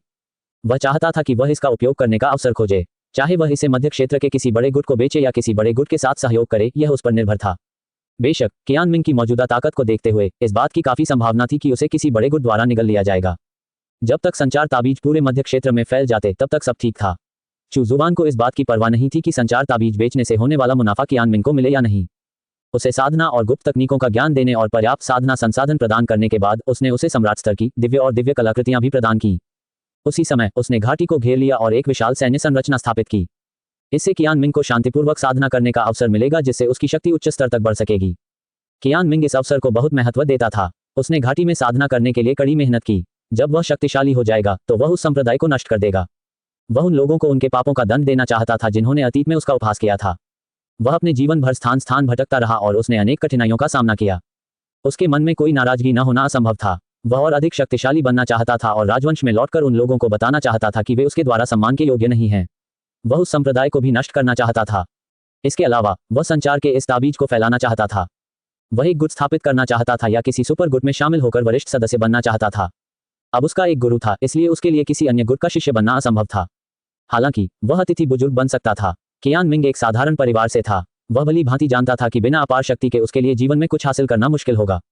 शक्ति ही हर चीज की बुनियाद थी। कियान मिंग से संबंध तोड़ने के बाद चू जुबान ने मध्य क्षेत्र में संचार ताबीज के प्रसार की प्रतीक्षा की। कियान मिंग घाटी में अथक साधना कर रहा था और चू जुबान कभी कभी उस पर ध्यान देता था। कियान मिंग की शक्ति को जल्द से जल्द बढ़ाने के लिए उसने उसे बहुत सारे खजाने दिए थे। 1 महीने बाद कियान मिंग की साधना सम्राट स्तर के तीसरे स्तर तक पहुंच गई। उसकी ताकत 100 गुना बढ़ गई थी। उनकी स्वाभाविक प्रतिभा प्रेरणादायक थी और वे बहुत लगन से उसका विकास कर रहे थे। उसने अपने लिए एक लक्ष्य निर्धारित किया। सम्राट स्तर के 9वें स्तर पर पहुंचने के बाद वह आत्मसंतोष बढ़ाने के लिए एकांत साधना से बाहर आएगा। फिर वह एक बड़ा संगठन ढूंढता और संचार के लिए इस्तेमाल होने वाले ताबीजों को फैलाता। जू युआन ने दिव्य क्षेत्र में प्रवेश कर लिया था। इसके अलावा वह दिव्य क्षेत्र के तीसरे स्तर तक पहुंच चुका था, लेकिन यही उसकी वर्तमान सीमा थी। यदि वह इसी तीव्र प्रगति को जारी रखता तो इससे उसकी साधना की नींव प्रभावित होती और अस्थिर हो जाती। फिर भी फिलहाल इतना ही काफी था। उसने जिन साधना तकनीकों और गुप्त तकनीकों का अभ्यास किया था वे सभी शक्तिशाली तकनीकें उसे चू शियान द्वारा प्रदत्त थीं। इसके अलावा उसके पास चू शियान द्वारा दिया गया तुरुप का पत्ता भी था। उसके लिए दिव्य क्षेत्र के 5वें या 6ठे स्तर के किसी भी व्यक्ति से निपटना कोई समस्या नहीं थी। महान दुष्ट महल से आए दुष्ट पुत्र ने पुनर्जन्म लेने के लिए अपनी आत्मा का एक अंश विभाजित किया था। इसलिए उसकी शक्ति दिव्य क्षेत्र के 5वें स्तर से अधिक नहीं होगी और वास्तव में उससे भी कमजोर हो सकती है। जू युआन के जाने के बाद वह उस छोटे दुष्ट राजा को खोजने गया और फिर उसे अराजकता क्षेत्र में ले आया। ग्रेट दाओ कम्युनिकेशन ग्रुप में अचानक ग्रेट दाओ का एक नया प्राणी प्रकट हुआ। हुआंग लॉन्ग उसे खींचकर लाया था और उम्र के हिसाब से वह हुआंग लॉन्ग से थोड़ा बड़ा था। चू जुबान ने दूसरे पक्ष की जानकारी की जांच की। ये युएजुन एक महान दाव प्राणी, 10 पंखों वाला नरक भक्षक रोक। यह अंधकार को नियंत्रित कर सकता है और सब कुछ भक्षक कर सकता है। जब तक अंधकार गायब नहीं हो जाता तब तक नरक भक्षक रोक नहीं मरेगा। चू जुबान ने आह भरी। महान दाव के ये प्राणी सचमुच अद्भुत थे, इस मायने में कि वे लगभग अमर थे। वे लगभग अमर थे। उनकी एकमात्र कमजोरी ये थी कि वे महान दाव को छोड़ नहीं सकते थे और अकेले थे। ये युएजुन के समूह में शामिल होने के बाद स्वाभाविक रूप से उसे दाव क्षेत्र के विशेषज्ञों की प्रशंसा प्राप्त हुई। यंग कोंग निस्संदेह सबसे सक्रिय और उसकी सबसे अधिक चापलूसी करने वाला व्यक्ति था। डोंग 6 महीने बाद एक और दबी हुई आवाज पूरी दुनिया में गूंजी। 9 क्षेत्रों के सभी साधक जानते थे कि दुनिया बदलने वाली है। इस दबी हुई आवाज के 3 दिन बाद निर्जन प्राचीन क्षेत्र से आकाश में प्रकाश की एक अजीब किरण निकली। 8 क्षेत्रों के दिव्य क्षेत्र के सभी विशेषज्ञ इस समय निर्जन प्राचीन क्षेत्र की ओर दौड़ पड़े। वहां एक सर्वोच्च खजाना छिपा हुआ था। रेन चांगहे ने चू जुबान से पूछा कि क्या उसे भाग लेना चाहिए। चू जुबान ने उससे कुछ सामान वीरान प्राचीन क्षेत्र में ले जाकर दफनाने को कहा। कुछ यादृच्छिक स्थान दिव्य क्षेत्र के विशेषज्ञों के अलावा कुछ प्रसिद्ध शिखर स्वर्ग क्षेत्र के विशेषज्ञ भी निर्जन प्राचीन क्षेत्र में पहुंच गए। जू युआन नहीं गया। वह अराजकता क्षेत्र में उस छोटे दुष्ट राजा के साथ ही रहा। जू युआन के समर्थन से छोटा दुष्ट राजा अराजकता क्षेत्र में तेजी से विकसित हुआ। साथ ही उसने संचार ताबीज भी वितरित किए। उन्होंने बुराई से बचाव करने वाला महल नामक एक गुट की स्थापना की जिसमें नस्ल के आधार पर सदस्यता प्रतिबंधित नहीं थी। बुराई से बचाव करने वाले महल के संचार ताबीज अराजकता क्षेत्र में लोकप्रिय हो गए। अधिक से अधिक किसान उनके समूह में शामिल होते गए, जिससे उस छोटे दुष्ट राजा को शामिल होने के लिए मानदंड निर्धारित करने के लिए मजबूर होना पड़ा। यद्यपि वह सर्वोच्च क्षेत्र के केवल पहले स्तर पर था, लेकिन जू युआन के समर्थन से उनके साथ जुड़ने आए विशेषज्ञों ने लापरवाही से कार्य करने का साहस नहीं किया। उन्होंने सोचा कि वह छोटा दुष्ट राजा किसी शक्तिशाली विशेषज्ञ का वंशज था जो एक सेना का निर्माण कर रहा था, एक दिव्य क्षेत्र का विशेषज्ञ। चूंकि दिव्य क्षेत्र के अधिकांश विशेषज्ञ निर्जन प्राचीन क्षेत्र में चले गए थे, इसलिए जू युआन मूल रूप से अराजकता क्षेत्र में सबसे शक्तिशाली अस्तित्व था। हालांकि वह चुपचाप रहता था और दिव्य क्षेत्र से नीचे वालों पर हमला नहीं करता था, फिर भी किसी ने भी उस छोटे दुष्ट राजा को नाराज करने की हिम्मत नहीं की। बुराई से बचाव करने वाला महल तेजी से बढ़ने लगा और छोटा दुष्ट राजा लोगों से उन खजानों पर ध्यान देने और उनकी खोज करने के लिए कहने लगा जो अंगों और अवयवों को बहाल कर सकते थे। प्राचीन निर्जन क्षेत्र की एक भूमिगत गुफा में एक अजीब सी रोशनी चमकी और गुफा खजानों से भर गई। पानी का एक कुंड कोहरे से घिरा हुआ था और उसके भीतर रंगीन रोशनी की हल्की हल्की किरणें चमकती हुई दिखाई दे रही थीं। 2 आकृतियां पूल में पालथी मारकर बैठी थीं। काओ त्यानई। एक व्यक्ति तालाब के किनारे लेटा हुआ था। उसके शरीर से खून बहकर तालाब में जा रहा था। Pool मोहोंग Liu. पूल में मौजूद दोनों आकृतियां आपस में विलीन होने लगीं। वे काओ त्यानई और उनका दिव्य क्षेत्र शरीर थे। मोहोंग लियू ने तालाब में खड़े काओ त्यानई को घृणा से घूरा। उसने दांत पीसते हुए कहा, बदमाश काओ, तुम बेरहम हो। उसे धोखा दिया गया था। उसे कभी उम्मीद नहीं थी कि काओ त्यानई ऐसी चाल चलेगा। जैसे ही वह अपने दिव्य शरीर में विलीन हुआ, काओ त्यानई ने अचानक उसे दबा दिया। काओ तियानई ने अपनी साधना को वश में कर लिया और अपने दिव्य शरीर में विलीन हो गया। वह इस अवसर का उपयोग करके सफलता प्राप्त करना चाहता था। फिर भी मोहोंगलियू को यह नहीं पता था कि काओ तियानई दिव्य क्षेत्र की बेड़ियों को तोड़ पाएगा या नहीं। फिर भी इसमें कोई संदेह नहीं है कि काओ तियानई की ताकत में नाटकीय रूप से वृद्धि होगी। अपने चरम पर काओ तियानई और मोहोंगलियू दोनों को दिव्य क्षेत्र के सर्वोच्च विशेषज्ञ माना जाता था। काओ तियानई ने कुछ नहीं कहा। उन्होंने मोहोंगलियू की नाराजगी को पूरी तरह से नजरअंदाज कर दिया। काओ तियानई, कर्म तुम्हें अवश्य दंडित करेगा। मोहोंगलियू का दिल नफरत से भरा हुआ था। भाई मो, ऐसा मत करो। हम असल में दोस्त नहीं हैं, तुम्हें पता है। तुम इस नतीजे को क्यों नहीं मान सकते? काओ तियानई ने शांत भाव से कहा, मुझे विश्वास है कि अगर भाई मो को भी वही मौका और वही गुप्त तकनीक मिलती तो आप भी वही करना चुनते। मैं तुमसे बस एक कदम आगे था। मोहोंगलियू चुप रहे। काफी देर बाद उसने ठंडे लहजे में कहा, भाई काओ सही कह रहे हैं। मैं बस अनिच्छुक हूं। फिर उसने ठंडी मुस्कान के साथ कहा, भाई काओ, यह मत सोचो कि तुम्हें सचमुच वह मिल जाएगा जो तुम चाहते हो। हालांकि मैं हार गया हूं, लेकिन यह उस हद तक नहीं है जितना कि मेरी थोड़ी सी क्षमता। हालांकि मेरी मृत्यु निश्चित है, फिर भी मेरे पास कुछ चालें बाकी हैं। काओ तियान ने अपनी आंखें खोलीं। इस समय वह लगभग पूरी तरह से अपने दिव्य शरीर में विलीन हो चुका था। बस थोड़ी सी दूरी बाकी थी। विंग, काओ तियान ने अपना हाथ उठाया और एक सुनहरी रोशनी खिल उठी। चूंकि वह अभी तक अपने दिव्य शरीर के साथ पूरी तरह से विलीन नहीं हुआ था, इसलिए उसकी हरकतें कुछ धीमी थीं। वह मोहोंगलियू को कभी कम नहीं आंकेगा। इसलिए अपनी सुरक्षा सुनिश्चित करने के लिए उसने निर्णायक रूप से हमला किया और उसे मारना चाहता था। हालांकि मोहोंगलियू की दिव्य आत्मा उनके शरीर से बाहर निकल गई। एक उदास आवाज सुनाई दी, भाई काओ ने मेरी साधना को बहुत जल्दी नष्ट कर दिया, है ना? मेरा खून स्वादिष्ट है ना? मैं तुम्हें अपनी दिव्य आत्मा भी दे दूंगा। राक्षसी अराजकता, मोहोंगलियू चिल्लाया और उसकी दिव्य आत्मा से एक काला प्रकाश निकला जो उसे दूषित करता हुआ प्रतीत हुआ। एक जोरदार धमाके के साथ ये फट गया। दिव्य आत्मा के अंश तालाब में गिरे और काओ तियानई के शरीर में समा गए। गुफा में मोहोंगलियू की आवाज गूंजी, भाई काओ, मैं आपको विलय करने में मदद करूंगा, हा। धिक्कार है। काओ तियान दहाड़ा। वह अपने दिव्य क्षेत्र के शरीर में विलीन होने ही वाला था, लेकिन अब मोहोंगलियू के हस्तक्षेप के कारण यह उससे अलग हो गया। न केवल उनका भौतिक शरीर अलग हो गया, बल्कि उनकी दिव्य आत्मा भी अलग हो गई। इतना ही नहीं, वह कई दिव्य आत्माओं में विभाजित हो रही थी। काले प्रकाश से घिरे हुए अलग हुए भौतिक शरीर और दिव्य आत्माएं एक बार फिर एक हो गईं। काओ तियानई का चेहरा विकृत हो गया था। उसने दोनों हाथों से अपना सिर पकड़ रखा था और असहनीय दर्द सहते हुए दहाड़ रहा था। मोहोंगलियू, सुनहरी रोशनी खिल उठी और काओ तियानई तालाब में लेट गया। कुछ समय बाद तालाब से एक सिर बाहर निकला। उसकी आंखें थोड़ी धुंधली थीं, लेकिन कभी कभी वे पागलपन और हत्या के इरादे से भरी होती थीं। मेरा नाम क्या है? मुझे क्या करना चाहिए? मोहोंगलियू कौन है? मैं उसे मार डालूंगा। मैं उसे क्यों मारूंगा? जो भी हो, मैं उसे मार डालूंगा। काओ तियानई ने मन ही मन कुछ बुदबुदाया। वह तालाब में लेट गया। कुछ दिनों बाद वह फिर प्रकट हुआ और खुद से कुछ बुदबुदाने लगा। काओ तियानई के शरीर के चारों ओर की आभा भी लगातार प्रबल होती जा रही थी। उसकी शक्ति तेजी से बढ़ रही थी और वह दिव्य क्षेत्र की सीमा तक पहुंच चुका था। किन यंग कौन है? मैं उसे क्यों मारना चाहता हूं? नहीं, मैं उनकी प्रशंसा करता हूं। रुकिए, क्यों? काओ तियानई ने मन ही मन कुछ बुदबुदाया। वह बिल्कुल पागल हो गया था। आप देख रहे हैं कल्टिवेशन मॉडल। अगर आपको हमारा कंटेंट पसंद आता है तो लाइक, शेयर और सब्सक्राइब जरूर करें। उजाड़ प्राचीन क्षेत्र, पतित देव गुफा। रेन चांगहे ने पतित देव गुफा के अंदर एक वस्तु रखी। उसके बाद वह वहां से चला गया और अन्य स्थानों की ओर रवाना हो गया। वह चू जुबान द्वारा सौंपे गए कार्य को पूरा करना चाहता था। उस निर्जन प्राचीन क्षेत्र में उस रहस्यमय प्रकाश का कोई महत्व नहीं था। चू जुबान के निर्देश सर्वोपरि थे। कोई भी खजाना इसकी बराबरी नहीं कर सकता। उनके जीवन का सबसे बड़ा अवसर उनके गुरु चू जुबान से मिलना था। इसके अलावा उसके पास खजानों की कोई कमी नहीं थी। दिव्य क्षेत्र में रहते हुए और किसके पास दाव कलाकृतियां हो सकती हैं?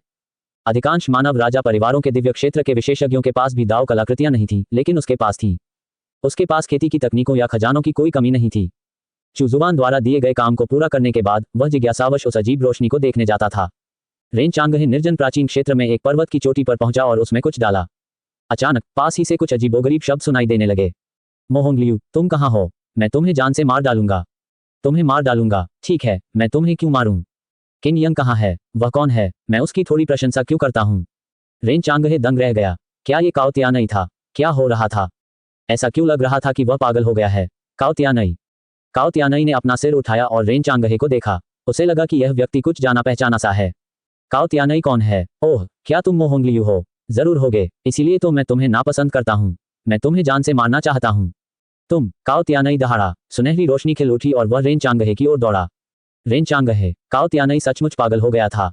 क्या ऐसा हो सकता है कि मोहोंगलियू ने उसके खिलाफ साजिश रची हो, जिसके कारण उसे गंभीर आत्मिक आघात पहुंचा हो? क्या यही वजह थी कि वह मोहोंगलियू को इतनी बुरी तरह मारना चाहता था? जैसे ही काओ तियानई ने अपनी चाल चली, रेन चांगहे चौंक गया। बहुत शक्तिशाली। काओ तियानई इतना शक्तिशाली क्यों था? भले ही वह अपने दिव्य क्षेत्र के शरीर के साथ जुड़ गया होता, फिर भी उसे इतनी जल्दी सुधार नहीं करना चाहिए था। रेन चांगहे लापरवाही करने की हिम्मत नहीं कर रहा था। उसने अपनी साधना तकनीक का प्रयोग किया और काओ तियानई से लड़ते हुए उसके चारों ओर काली और सफेद ऊर्जा का संचार हो रहा था। चू जुबान के मार्गदर्शन और वर्षों के कठिन साधना के बाद रेन चांगहे की शक्ति दिव्य क्षेत्र के शिखर पर पहुंच गई थी। हालांकि काओ तियानई बहुत शक्तिशाली था, रेन चांगहे जल्द ही नुकसान में आ गया और उसे बाद वाले से लड़ने के लिए अपनी दिव्य कलाकृतियों का उपयोग करने के लिए मजबूर होना पड़ा। सौभाग्यवश काओ तियानई पागल हो गया था और अपनी पूरी ताकत का प्रदर्शन नहीं कर सका। फिर भी रेन चांगहे पर भारी दबाव था। जब तक वह अपनी दाव कलाकृति नहीं निकालता, अंततः हार उसी की होगी। आखिरकार काओ तियानई पहले ही दिव्य क्षेत्र की सीमाओं तक पहुंच चुका था। काओ तियानई, मैं मो होंगलियू नहीं हूं।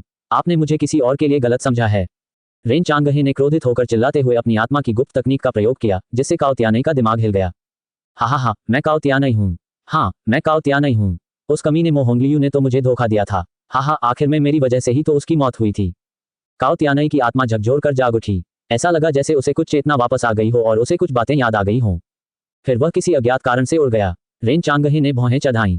काओ तियानई हद से ज्यादा शक्तिशाली था। ऊपर से वह पागल भी था। वह यह अंदाजा नहीं लगा सकता था कि काओ तियानई आगे क्या करेगा। अगर वह किन्यंग या लुओ परिवार से बदला लेना चाहता तो मुसीबत खड़ी हो जाती। ये सोचकर रेन चांगहे ने मायरीड जोन ताबीज निकाला और काओ तियानई के बारे में किन्यंग को संदेश भेजा। निर्जन प्राचीन क्षेत्र में एक अत्यंत शक्तिशाली दिव्य स्तर के पागल व्यक्ति की खबर दिव्य स्तर के साधकों के बीच फैलने लगी। उस पागल ने एक अन्य दिव्य क्षेत्र के विशेषज्ञ की हत्या कर दी थी। इसके परिणामस्वरूप प्राचीन निर्जन क्षेत्र में खजाने की खोज कर रहे दिव्य क्षेत्र के विशेषज्ञ अशांति की स्थिति में आ गए। उन्होंने एक साथ काम करने के लिए अपने मित्रों और परिचितों से संपर्क करना शुरू कर दिया। वे उस पागल के हाथों अकेले पकड़े जाने और मारे जाने से बचना चाहते थे।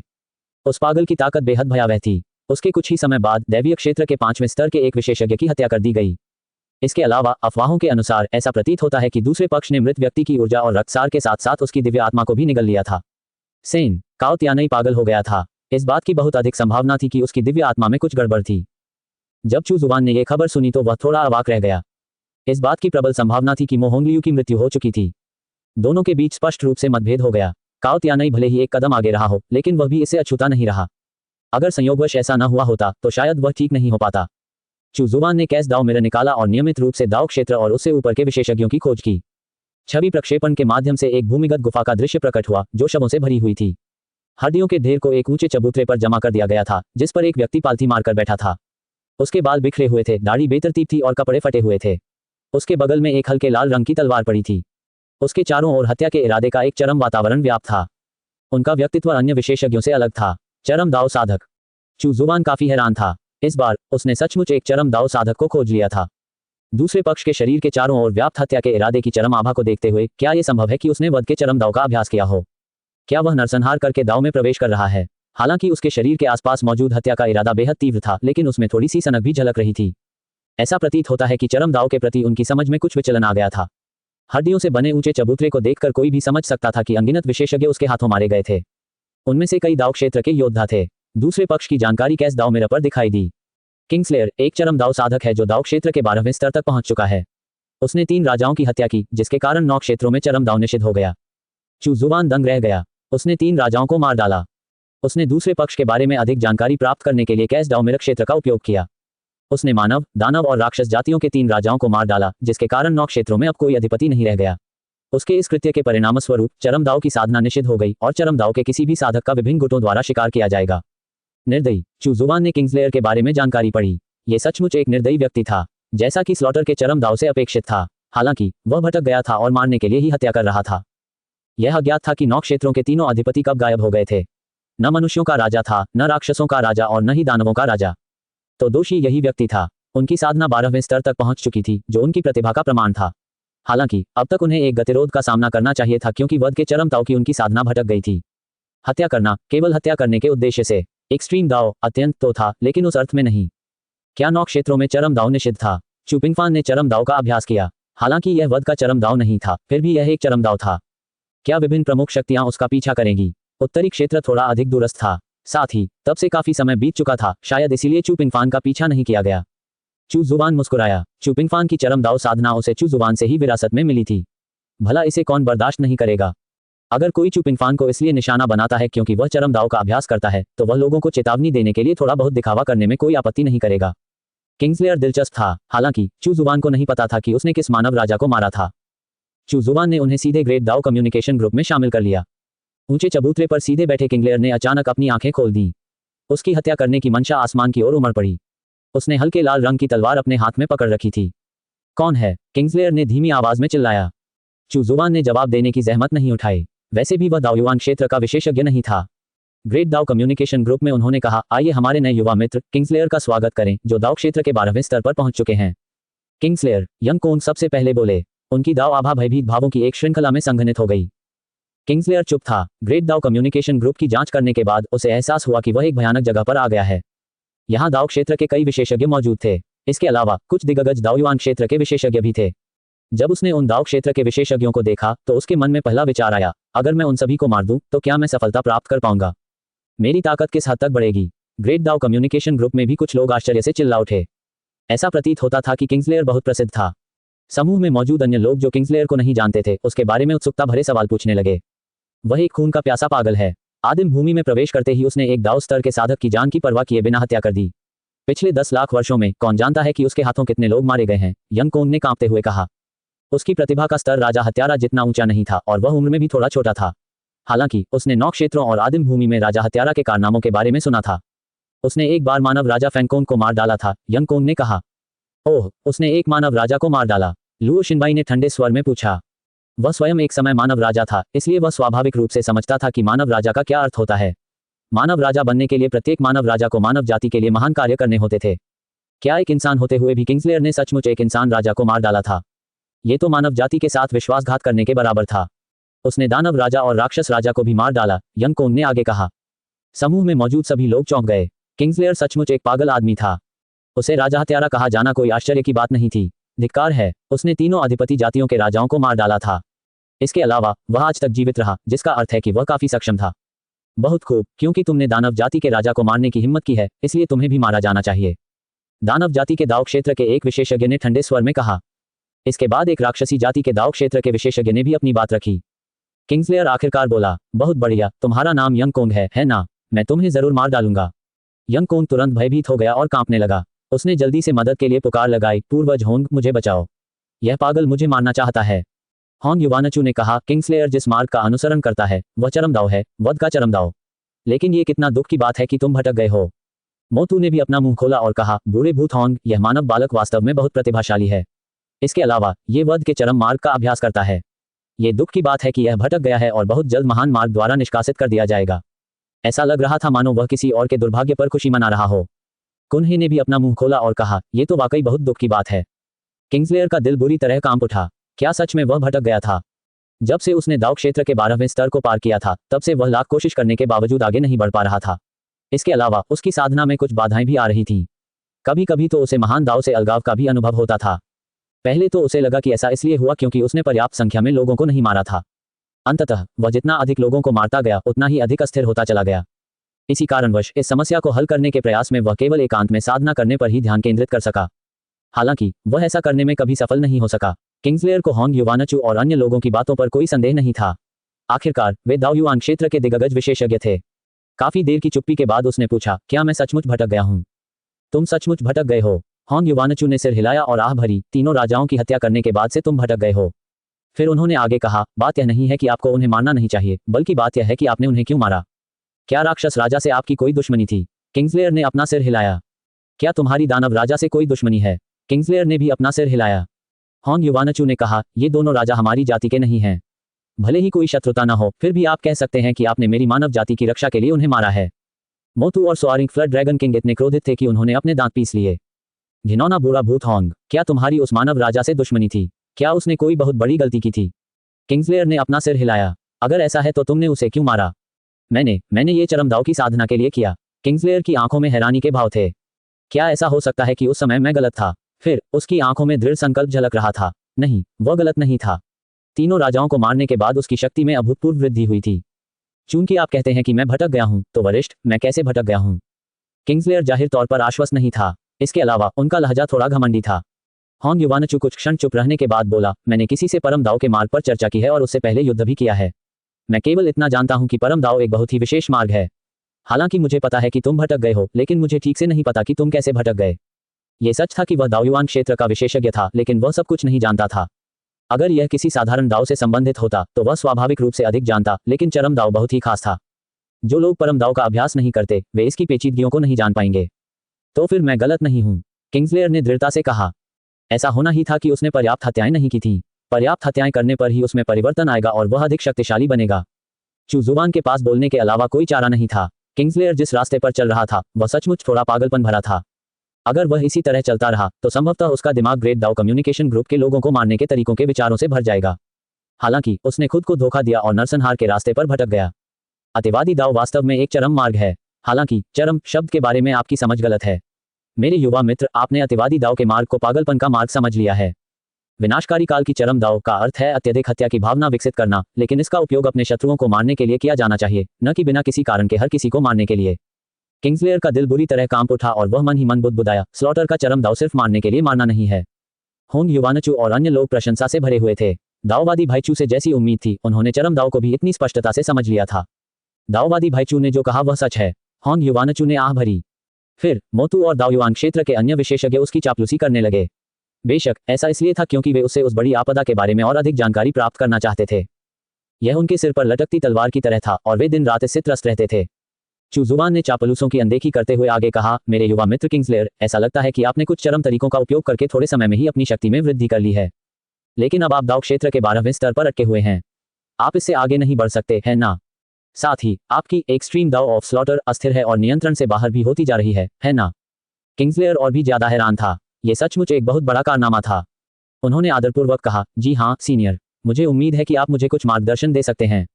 उनकी दाव आभा उनके चेहरे में समाहित हो गई और उन्होंने चू जुबान के सामने सिर झुकाया। आपका चरम दाव आपके नियंत्रण से बाहर है।